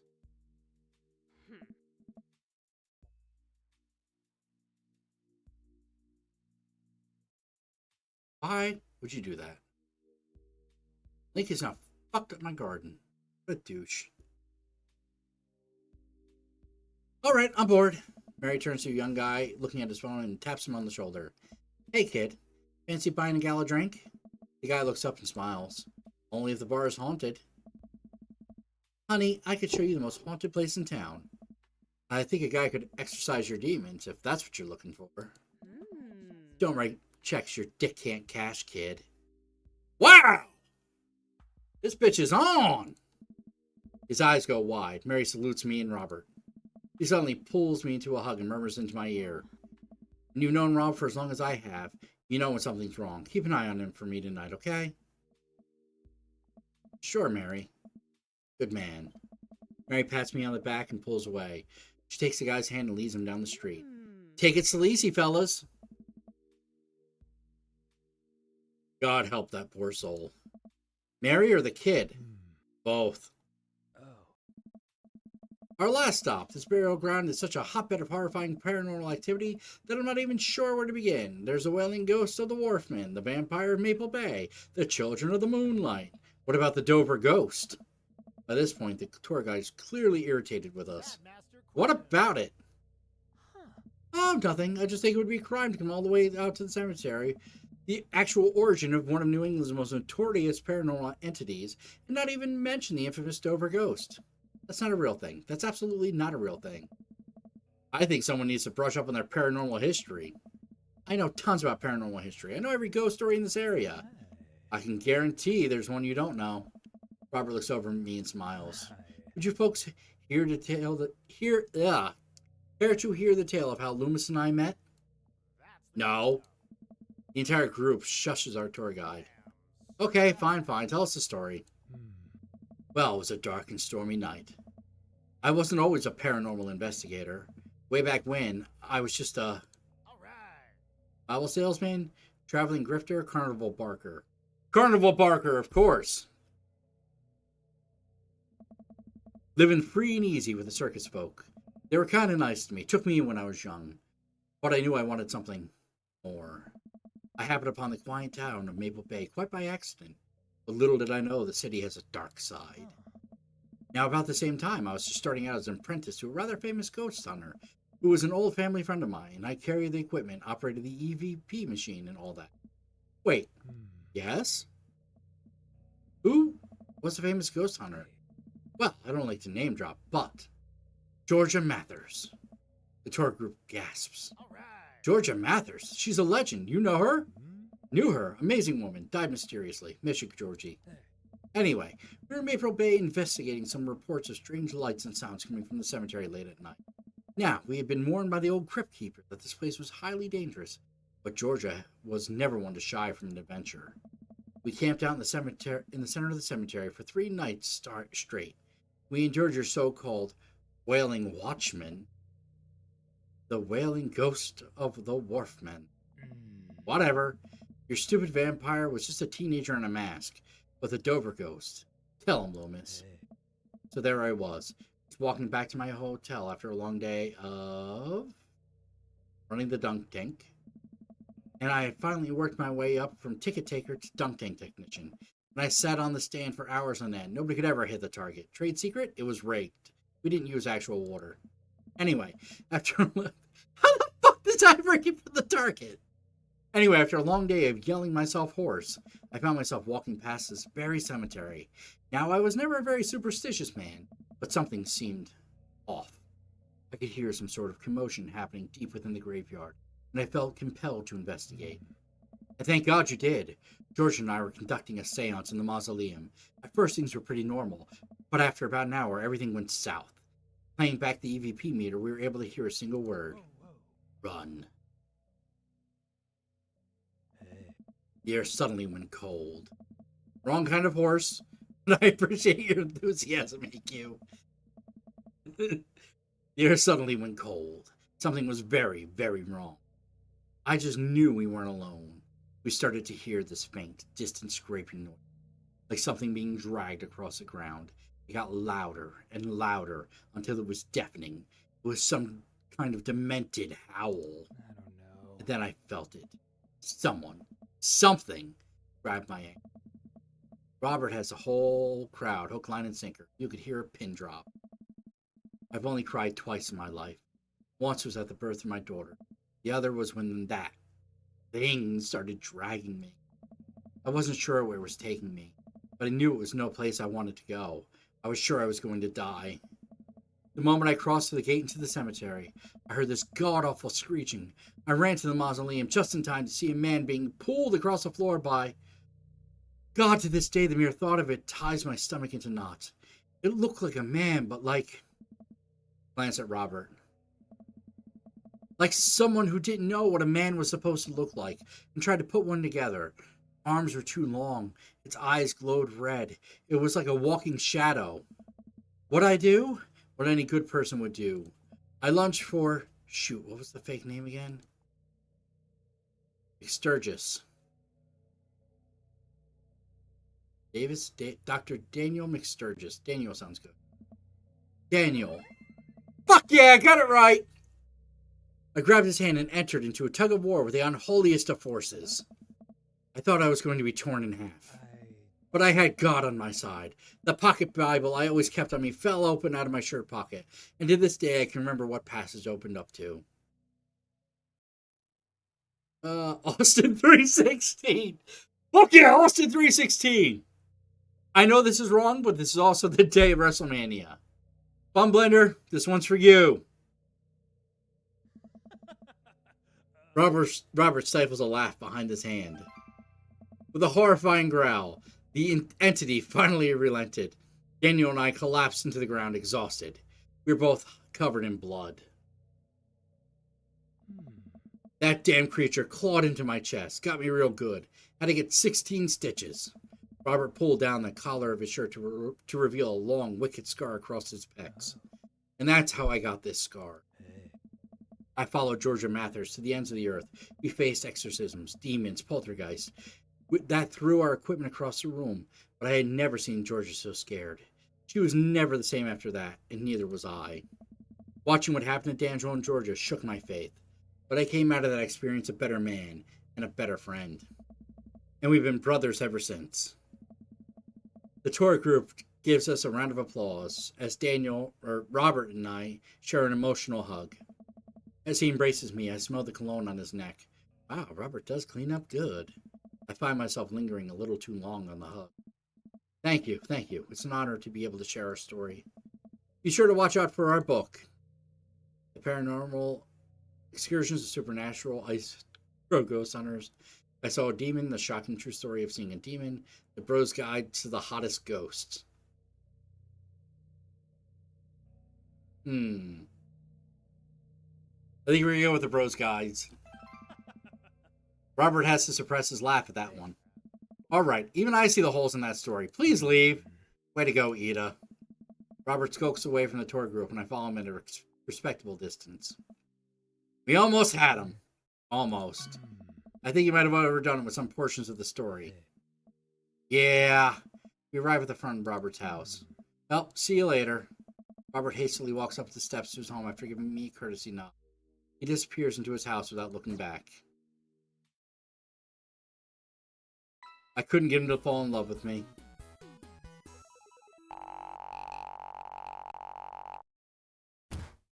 Ugh! Did a bad job. Bad job. Well. And this is the end again. So it doesn't matter. We've all seen this before. We did not fall in love. It was sad. So, with all that in mind, we're going to get out of here. I've been on for 3 hours already. So let's go to... We're 8092, where Ken went to anyway before. On Facebook, go fuck yourself TikTok. Facebook, go fuck yourself TikTok. On Facebook, go fuck yourself TikTok. On Facebook, go fuck yourself... Oh, TikTok, Jesus Christ. Okay, I guess we just won't fucking raid. We could do it in... Here, though. We'll raid Monosaki. There we go. No, let's not. We rated him 2 up before. Where are we going to go then? Crackmo! Crackmo's still here. We're going to rate Crackmo. Everybody go to Crackmother on Twitch. She's fucking amazing. Makes me laugh my ass off. She's currently watching VHS workout videos and working out with them on the last day of Coachella, apparently. I'll see you guys later. Have fun. I fucking hate everything. But yes, going to Crackmo. See you there. Everybody on Facebook, get Twitch if you don't have Twitch. Go to Twitch and go to Crackmo so we can rate Crackmother together. Crackmother, all one word. CrackMother. We're rating Crackmother. See you guys later. Get the fuck out of here. I hate you all.